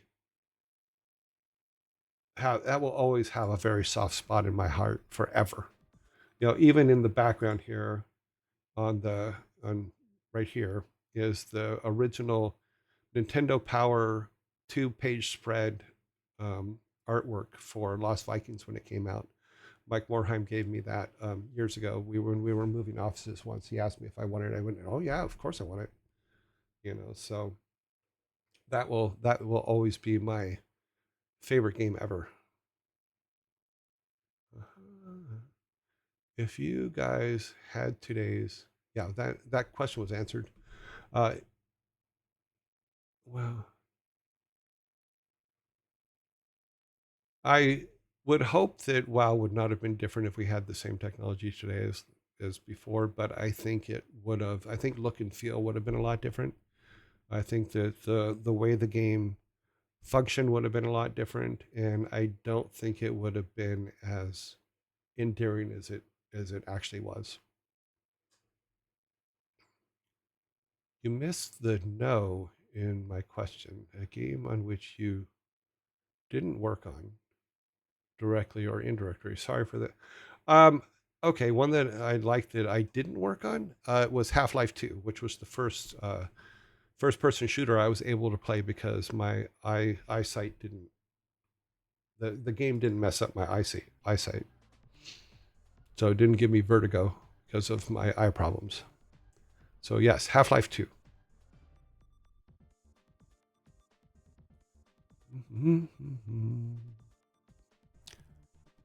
Okay. If you get a chance, someone asked a question about did we have, and I answered this yesterday as well, is about the Japanese manual for Super Nintendo when we started working on Super Nintendo. Because Alan had mentioned it in the 20-year anniversary video that all the paperwork we had from Nintendo was in Japanese, and it was not something any of us read, but Mike and Alan and them were able to get someone to help translate it enough to where we were able to make Lost Vikings and the early ones, and as well as to be able to pass down the information on how to work with Super Nintendo and build artwork for their games and stuff like that. But yeah, it was there was no like, oh, here's the English version, have fun. It was literally like, okay, here's our manual, good luck. Mm. Uh, John Stat's book, his WoW Diary. I actually thought that John Stat's WoW Diary was really, really cool. The reason why is because I'm glad that somebody was keeping a diary of what was going on at the time when WoW was being built and all that stuff. I'm also honored that he had put me in there as, but he did make one mistake, is he put in there that I'm the one that hired Chris Metzen the first time. That's not true. It's, I would say it's half true. Um, what I did was I didn't slam the door in Chris Metzen's face when he finally showed up. Because back then I was the receptionist for Blizzard when we, from, God, even when we were Silicon Synapse, I was the receptionist for some part of the time. But Chris had called way too many times. I'd say that he called 5 to 10 times. He claims he only called twice. I think he's wrong. Because he called so many times that I said, look, bringing your stuff or don't, I don't care. Just stop calling. But he finally showed up. He showed me his portfolio and I looked at it and it was really good. He was actually a really good artist. This was way before he was writing stuff, but he was actually a really good artist. And I took the portfolio in and I put it on Alan's desk. I go, this guy's a really good artist. We should hire him, and Alan talked to him for a little while and hired him on the spot. So I was part of the hiring of Chris, but I'm not the person who hired Chris. So, but I'm more than happy to take credit for everything he does. So just tell him everything he does is because I was there to let him in the door. Yeah, you can tell him that.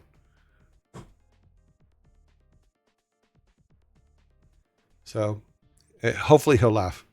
Hopefully he knows I don't mean it. Chris is like a lot of the guys there is.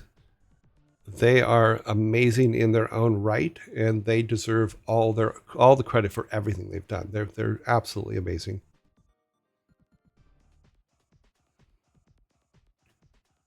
Someone had asked about Halo earlier. Someone's asking again. I can't play Halo because my eye doesn't allow the frame rate that they use to um, stabilize. So Halo and most first-person shooters, other than Half-Life 2, gives me vertigo.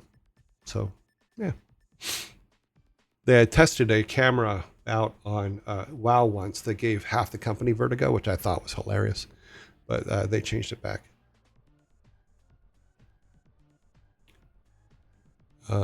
Yes, it was for real that originally the programmers only had Japanese manuals for Super Nintendo, and we talked about that. Which game console is my favorite? I don't have a favorite because I had boys. We burned through so many of them that there was no time for favorites. Yeah, but I'm glad backing up on myself here. I'm glad John Stats wrote his book. I'm glad that it came out. I also was interviewed several times for the Play Fair book, And he mentions me a couple times in there, which I think is hilarious. Um, so, yeah.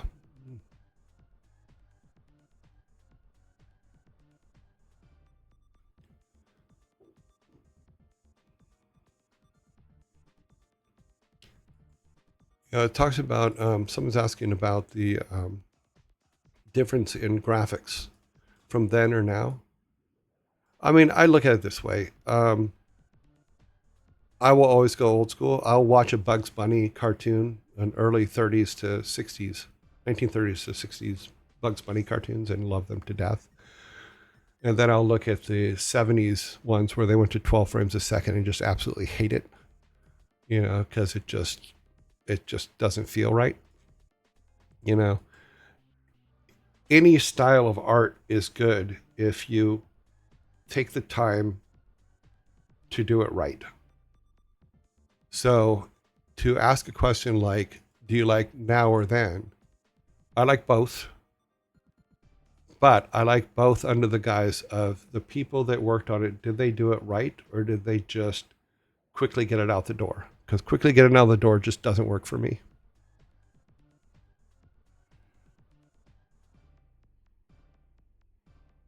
What do you think about the recent upscaling and frame generation technologies that are being pushed? I'm not sure what you mean by that, so I will have to look into that. I will look into that and then give you an opinion. What is your favorite game genre? I just like simple, clean games. I mean, I would say Animal Crossing. I really liked Animal Crossing and games like that. Games that are simple that you can go into and do things for a little while and then walk away from. And I think that's why WoW was so popular, because you can go in, do a bunch of stuff, and leave. The way I played WoW was I played WoW like a first person, like a single player game. I only raided once, and it was a mistake because the argument afterwards as to who gets what from the raid just completely put me off the game completely. There were two things: waiting for everybody to get their crap together so that we could raid in the first place, which literally took hours. The raid where everybody gets bossy, do this, do that. And finally, the divvying up of stuff and the arguments as to why did you pick that up? You shouldn't have picked that up. Bullshit. I'm just not that person. I'm more than happy. I will play the game alone. I will play the game. In fact, I have a hunter that's a level 100. He's the one that I've raided once with. I will never raid with other people again. But I will go in and play every level, get every quest, do everything, and go and visit the secret places in WoW that are dedicated to my teams and stuff like that, and be perfectly happy. You know, of course, my 25-year account was closed, I think 5 years ago, because Bobby Kotick decided that all of us were not allowed to have them anymore. But so that was kind of a bummer. But last time I did go in, which was about 5 years ago, everything was still there. I'm still a cook in WoW, a goblin cook over there, cookie, and last time I checked, Video Island was still there. So yeah, but I will log in again eventually and reinstate my account eventually, and when we get to that point, because I'll play through that as well once we get through all the Super Nintendo games. At this rate, it's going to take about 4 years, I'm guessing, because I'm really out of practice playing Super Nintendo games, and my skill set in that is I'm really good at dying. But that's funny because I was really good at dying back then too in the Super Nintendo games, and it always frustrated Alan because he would give me stuff and I'd just walk off a cliff. Oh, let's see what else. I realize that I have to build a back in a minute screen. I do not have one because I do have to step away just for a moment. I'm going to put the the timer room up. Maybe I do that and turn the timer off. Let's turn this off. So not to confuse people. But I would need to make a be right back thing. And so give me just a minute. I need to check on something in the other room.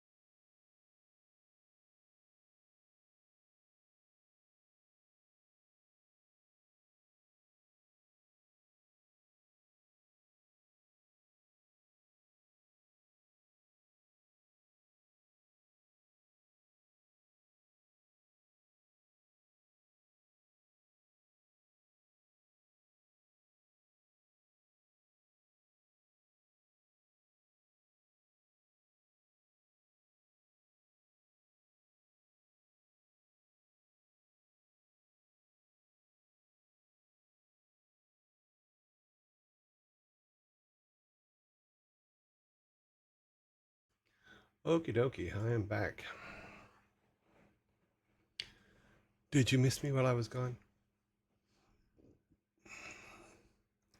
If you look at the cat, you lost the game. Did I see PS4 controller on the table? If so, which PS4 games? I have a lot of PS4 games.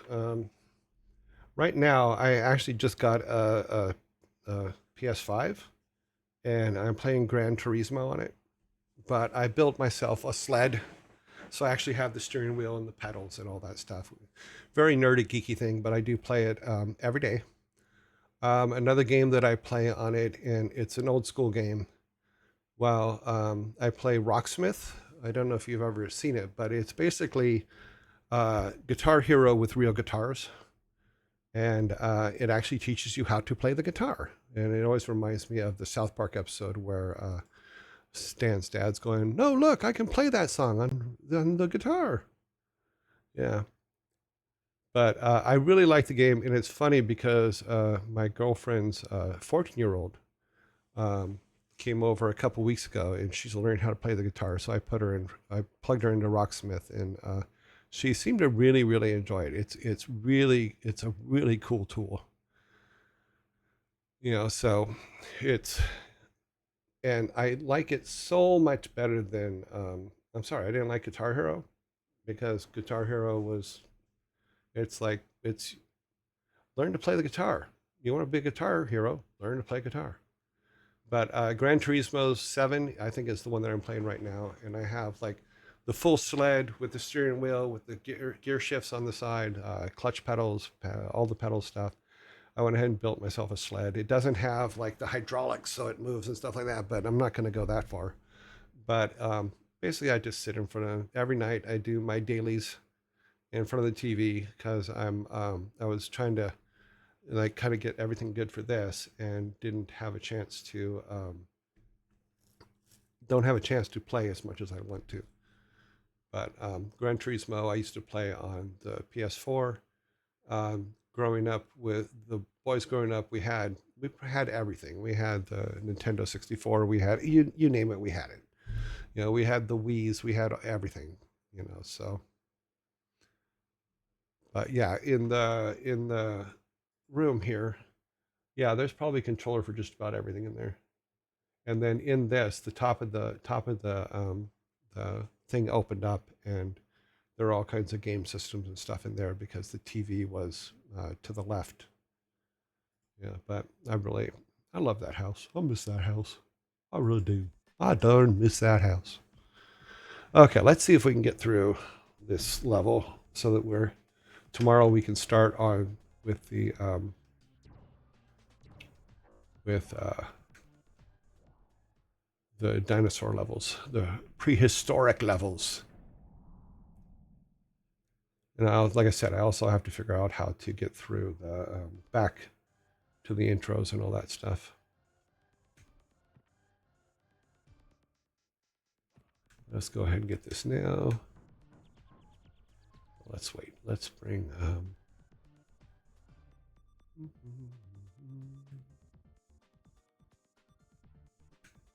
Boop.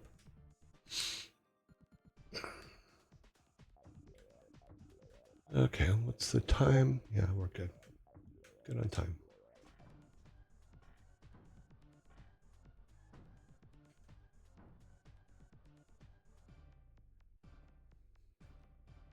Yeah, my boys were pretty lucky. They for nothing else, they were raised by a nerd dad. That's not a bad thing, I think. Yeah.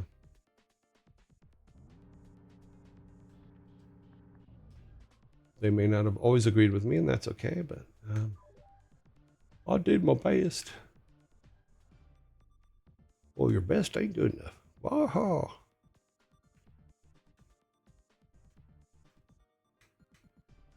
Okay, let's see. Lots of highs. Are you planning on streaming every day? Yeah, my goal right now, like I said, I'm kind of new at all this, so my goal right now is to go every day from for 2.5 hours. Right now we're at 2 hours and 16 minutes of day 2. Although we did lose day 1, I need to figure out how to not compensate for that, but figure out what to do about that. I don't think that there's anything I can do about that, but also I will probably use some of my other technology to save to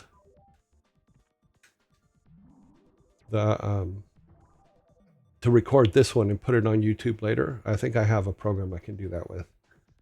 You know, like I said, part of the fun of what we used to do is figure it out. Can we figure out how to make it work? You know, so I will find a solution to save this one to YouTube. But I don't. My understanding from how all this works, yesterday's show is pretty much all lost. But we will play every day, and Monday through Friday.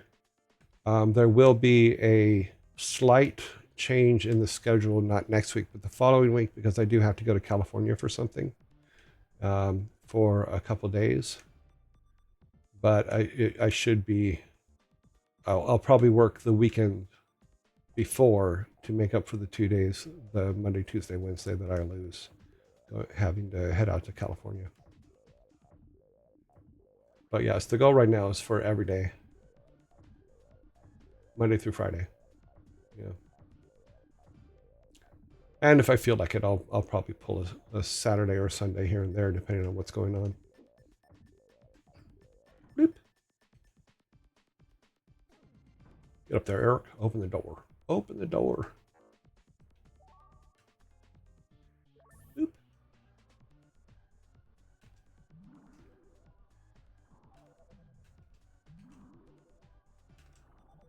Okay, we've died several times doing this. Mostly because I'm an idiot. Willing to admit it wholeheartedly.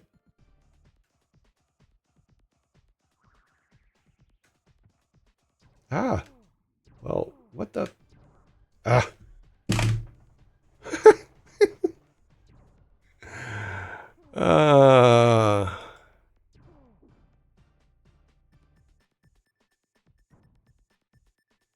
uh, Someone's asking, you can control only 12 units at a time in Warcraft 3. I don't know whether that was I don't know what the limitation was put in for. I have no idea.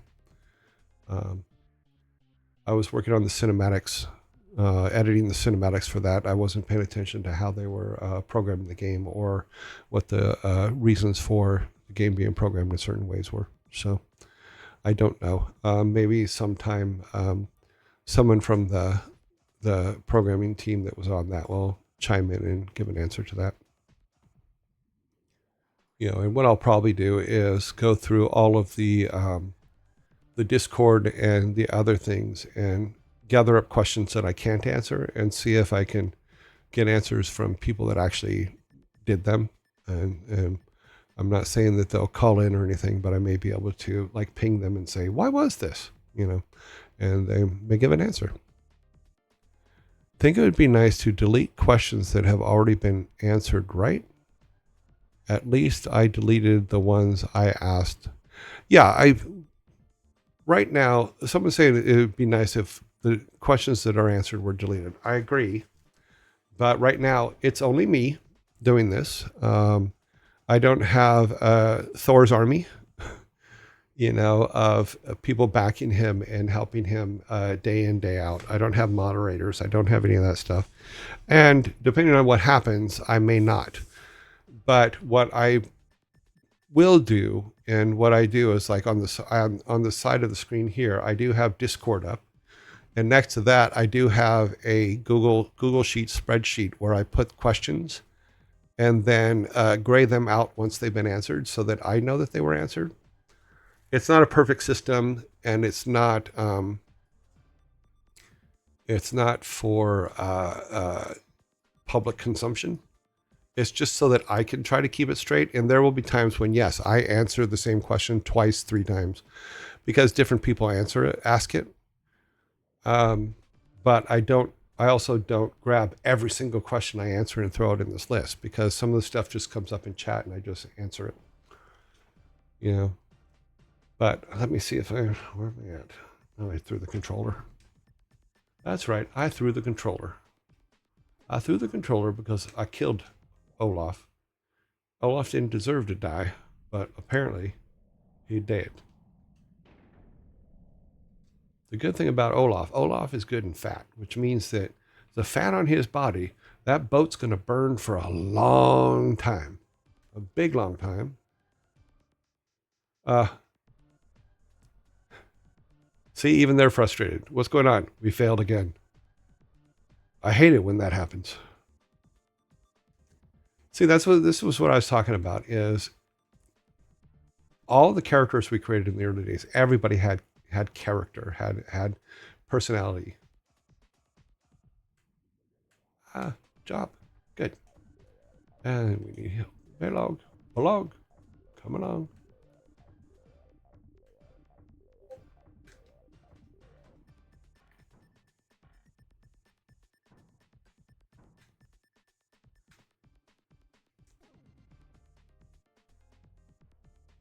So I was saying, they grew up as a Command and Conquer fan. Where'd that go?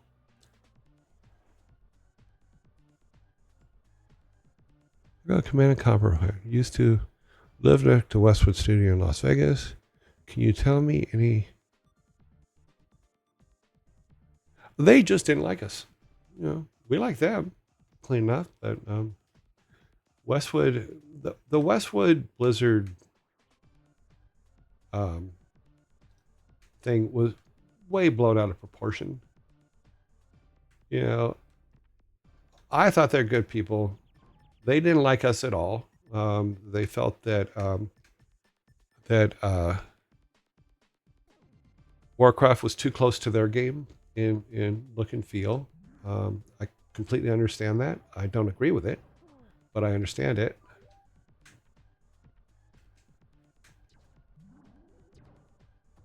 So, and they have every right to feel that way. But as far as like the beef,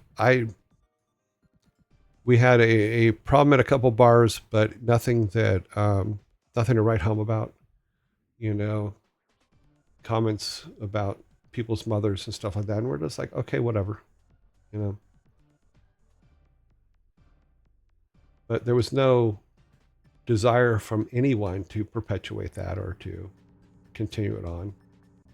They had what they believed was a justified case to say that we were horrible people, and we had a justified case to say we weren't. I don't think there was any winner on either side for that at the time. I stayed out of it because I'm just like, okay.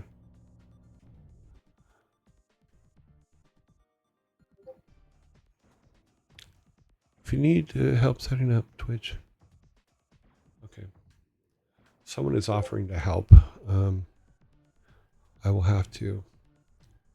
Things keep going back and forth. If you need help set up Twitch videos or do anything, I can through it if you're not in the middle. I'm in the middle of streaming right now, but if you he streams for 12 months, it'll have been a year of joy. Haha. Really? In the Discord too? I like puns, so I'm all for it. Go ahead, pun away. You're very punny. My female and I are very, very punny people. We like puns.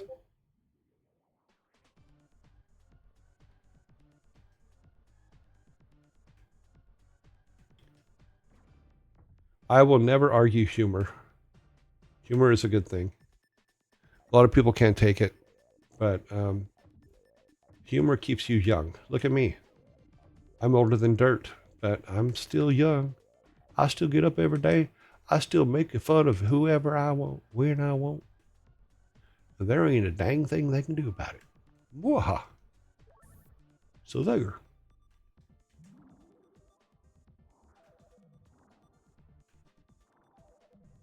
Hee hee hee hee.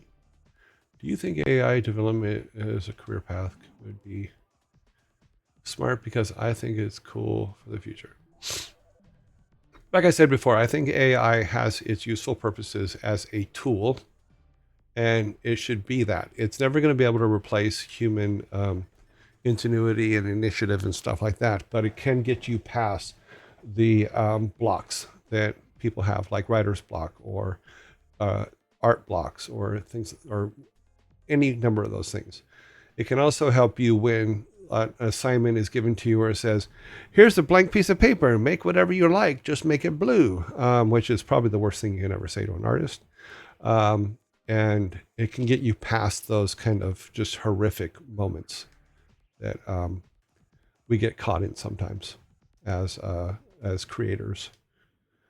But will AI ever make a game from beginning to end that is fun and everybody likes to play? Probably not in my lifetime. I think it, like I said, I think it's good. It is a good tool for trying new things and all that, but I don't think it's ever going to, like I said, in my lifetime, be able to completely build a game from beginning to end, and make it fun. Because I think that it will fall into an AI will fall into the same problem that most marketing people fall into, is it will follow data to the letter. It will not be able to be abstract on that data enough to make a game that I think I would want to play, or I would think is cool. But as a tool to use it, yes, use it. Don't be afraid to use it. Don't be afraid to experiment with it. Don't be afraid to use any of that stuff, especially if you're you're just beginning and you don't have programmers at your beck and call, or artists at your beck and call. Using those AI tools to dig through your concept and to use as a sounding board for some of the ideas that you have, absolutely great. But don't take it on face value. Take that information that you get from that and use your mind, your experience, your values, your way to do things, and expand on it and just integrate it into it. Don't just take it for what it is. Because I've used it a couple times, like on my game that I've been working on for a long time. There were a couple places in the story where I was stuck, and I said, here, I'm in a story. I'm at this point. I don't know what to do with the character. Give me 10 things he can do right now, and it gave me 10 things, and I didn't use any of the 10 things, but it made me think of the 11th thing that was what I used to get him through that particular point of the storyline.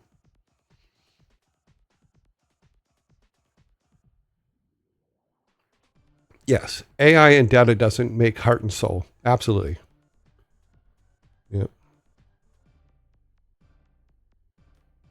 The biggest problem with the game industry, as I see it in the last 10 years, is the corporate people that just wanted to make money showed up because we showed that making games can make money.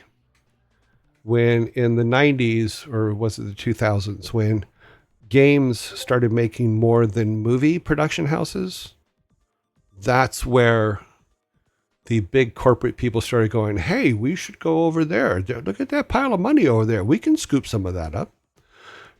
But they took out the reasons why that money was made, and that money was made based on the heart and soul of what we were putting into the games, not on the data points of what people are buying and not buying. And that to me, that's the difference between what works and doesn't work. So, and don't get me wrong, I've been doing marketing for games for a while too, and there's a lot of times that I'll argue with higher ups because they say, well, the data says go this way. I go, well, yes, we can go down that path, but the emotion of the game says that we go down that path and turn left. Your data says turn right. Why? Let's try left. Oh, no, we can't do that. The data says turn right. That's why you end up with 1,000 blue ties. The data says that the players really like blue ties. We should sell a blue tie. I'm like, really? So if you ever sold a blue tie in a game, it's because somebody felt that they didn't make their numbers. And it's actually kind of, oh, God. I'm getting frustrated with this game at this point. It's also how we get 3 movies in the same year. True. Yeah.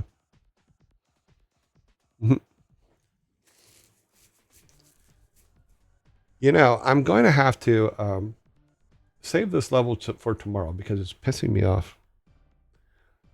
We are at our 2.5 hour mark. Any last minute questions anybody have? Would you happen to know if you get anything in the way of royalties from... No, we were... early Blizzard was given ownership shares, for lack of a better... Equity shares is what they're called. And when we merged with Activision in, I think it was 2010, when Vivendi merged us all together, those shares were all paid out. So all of us have been paid out. But as far as royalties and stuff like that, there's no such thing as royalties in the game industry that I know of. It's a work for pay. Some companies are very generous and some companies are not. Blizzard, as we grew, were originally trying to be generous and weren't, but then became very generous and took care of us very, very well. And then in 2014 or so, that started changing as different powers got in control and started changing that. But as far as I know, there's no game that gives royalties. I think that I could be wrong. I mean, I'm trying to think of, and Thor can probably figure this out. I don't know how he works his system as far as how he pays people, but I know he pays people very well. So I hope that maybe he can be a little bit clearer on how, if there are royalties anymore, or if there are royalties in some games or not. He could probably answer that question a lot better than I can. Thor in Europe punish us, and it's great.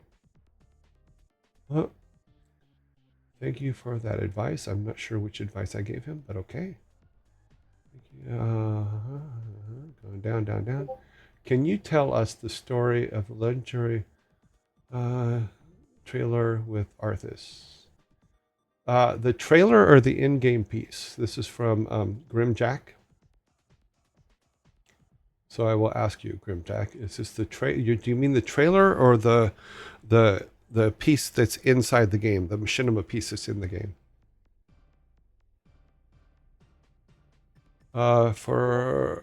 Let's see, where are we at? Crash Bandicoot used to drive me crate nuts. Yes, I remember Crash Bandicoot. Your Joy, are goblins allowed to call their dad, you being the father Odin? Call me whatever you want. I don't care. I have no pronouns. Hey, is on. Specifically the cinematic trailer. Okay, I'll have to look back as to which one it is that you're talking about, because we made several trailers for that one. It was just time. I did 24 years. He's asking when did you leave Blizzard and why? It was 2014, and I'd done 23 years, 2 months, blah blah blah blah blah, and it was time. The Blizzard I knew had changed, and the old school way of thinking wasn't there anymore, and it was right day at the right time. So I retired. Tried retirement for about 2 years and hated it. Retirement's the worst thing ever. Don't do it. Don't even think about doing it. Just move on. Find something else to do, but don't retire.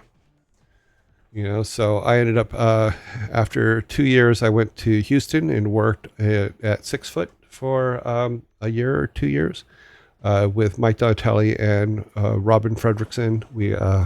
I started out as head of creative services, and then at the end, me, Mike, and Robin were running the company. So we were dual or co studio directors, and then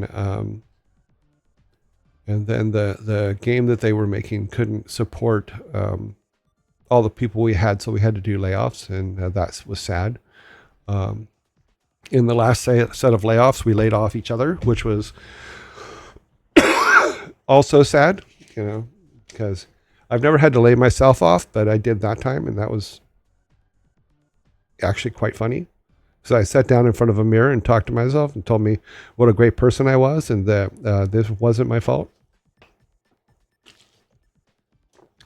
And then I came back from there and went back to my house in California, which is the picture you see. And then was going to try retirement again, and then got a call from JackX and moved to Cambridge in the UK for about 4 years, and came back this year. And here's where we are today. And thought, okay, well, originally back in 2014, I was going to do this stream. And now I'm doing it now. A lot of games to cover, 33 plus years of games to cover. So is there, this is a game I want to mention.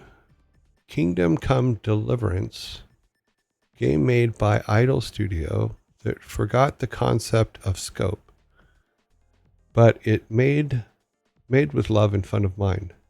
With 2 coming out, I think it's worth checking. Yeah, I think that for any game development team, there has to be a North Star or a Southern Cross. If you do not have, if everybody is not on the same path, not following the same orders, not getting the same information, your development time is going to quadruple. But if you can get everybody on the same path, everybody believing in what the vision is for that game and on the same vision, you'll make a great game. If you don't, then you'll just make crap. Was there any Easter eggs in games you worked on were never? Oh, absolutely. And we'll cover some of them as we start moving through the rest of the Super Nintendo games. There's a lot of them. There's a lot of Easter eggs in WoW, unless since I haven't played for years, unless they found them and took them all out, which is highly possible because I know that there was a threat too. But it's a big world, and you can hide a lot of things in a big world. Some are really good. One Easter egg that I always appreciated was above the Barrens in WoW. There's a temple up on the hill above the Barrens, and that is to Renee's brother. Renee is an artist at Blizzard. I think he's still there, but he also makes computers, builds computers for people in his spare time, or he may do that full time now. I'm not really sure, but he used to have a twin brother, and they were identical. And one day they were my understanding is they were walking out of his house and his brother just died on the spot.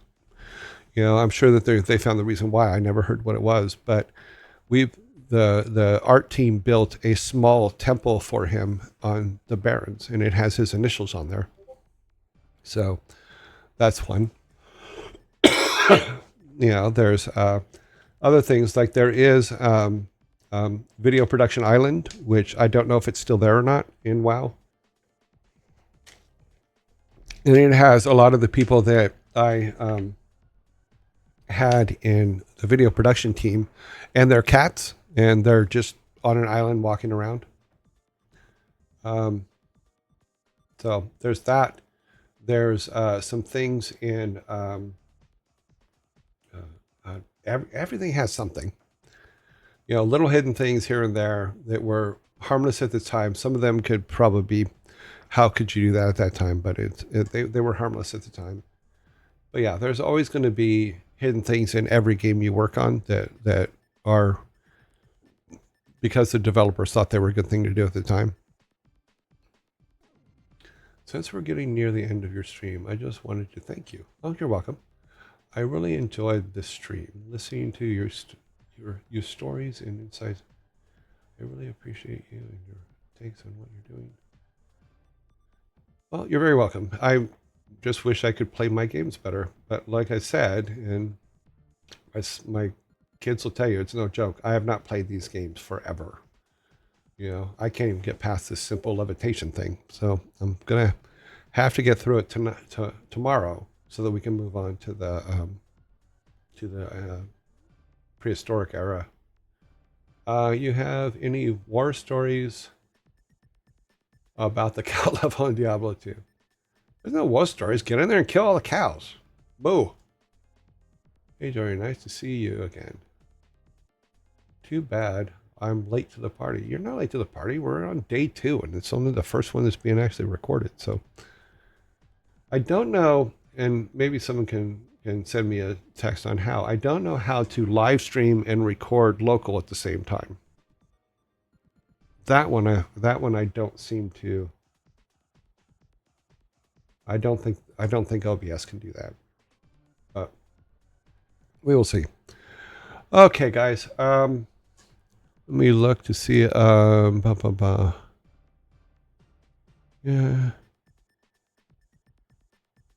Oh, he still plays StarCraft 1 today. Cool. Yeah. Stop by the bar. Say hello. Our brothers, Warcraft 3. Diablo 1.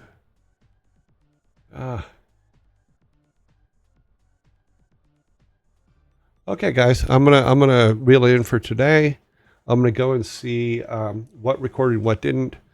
We will finish this level tomorrow. I just keep dying. I think it's because I'm paying attention to the questions, not to the game itself. So tomorrow we'll get in. I'll get in on the game. I won't answer any questions till I get the level done, and then we can move on. And then I'll answer some questions.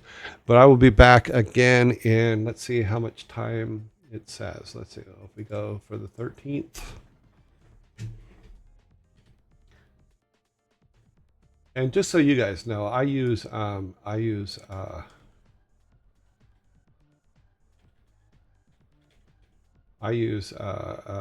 Snaz for my timer. I tried to get the timer in to work for the one that's in OBS. I couldn't get it to work, so I went to Snaz, and it seems to be working fine, which is the one I used to use long ago for stuff that I used to do. So we're in 11. Let's see what happens if we do that. Say, okay. So stop. We're going to 11.6. We have 11.6. So we will be back in, turn the count on. I will be back to you in 21 hours, 15 minutes. So you guys have a wonderful day. Hope everything that you're hoping for comes out to today, and that you'll have a grand old time. Have a good one, people. Bye. Pet the cat. Rocky likes to be pet. Rocky likes pets. But she was a grumpy cat. She was always a grumpy cat.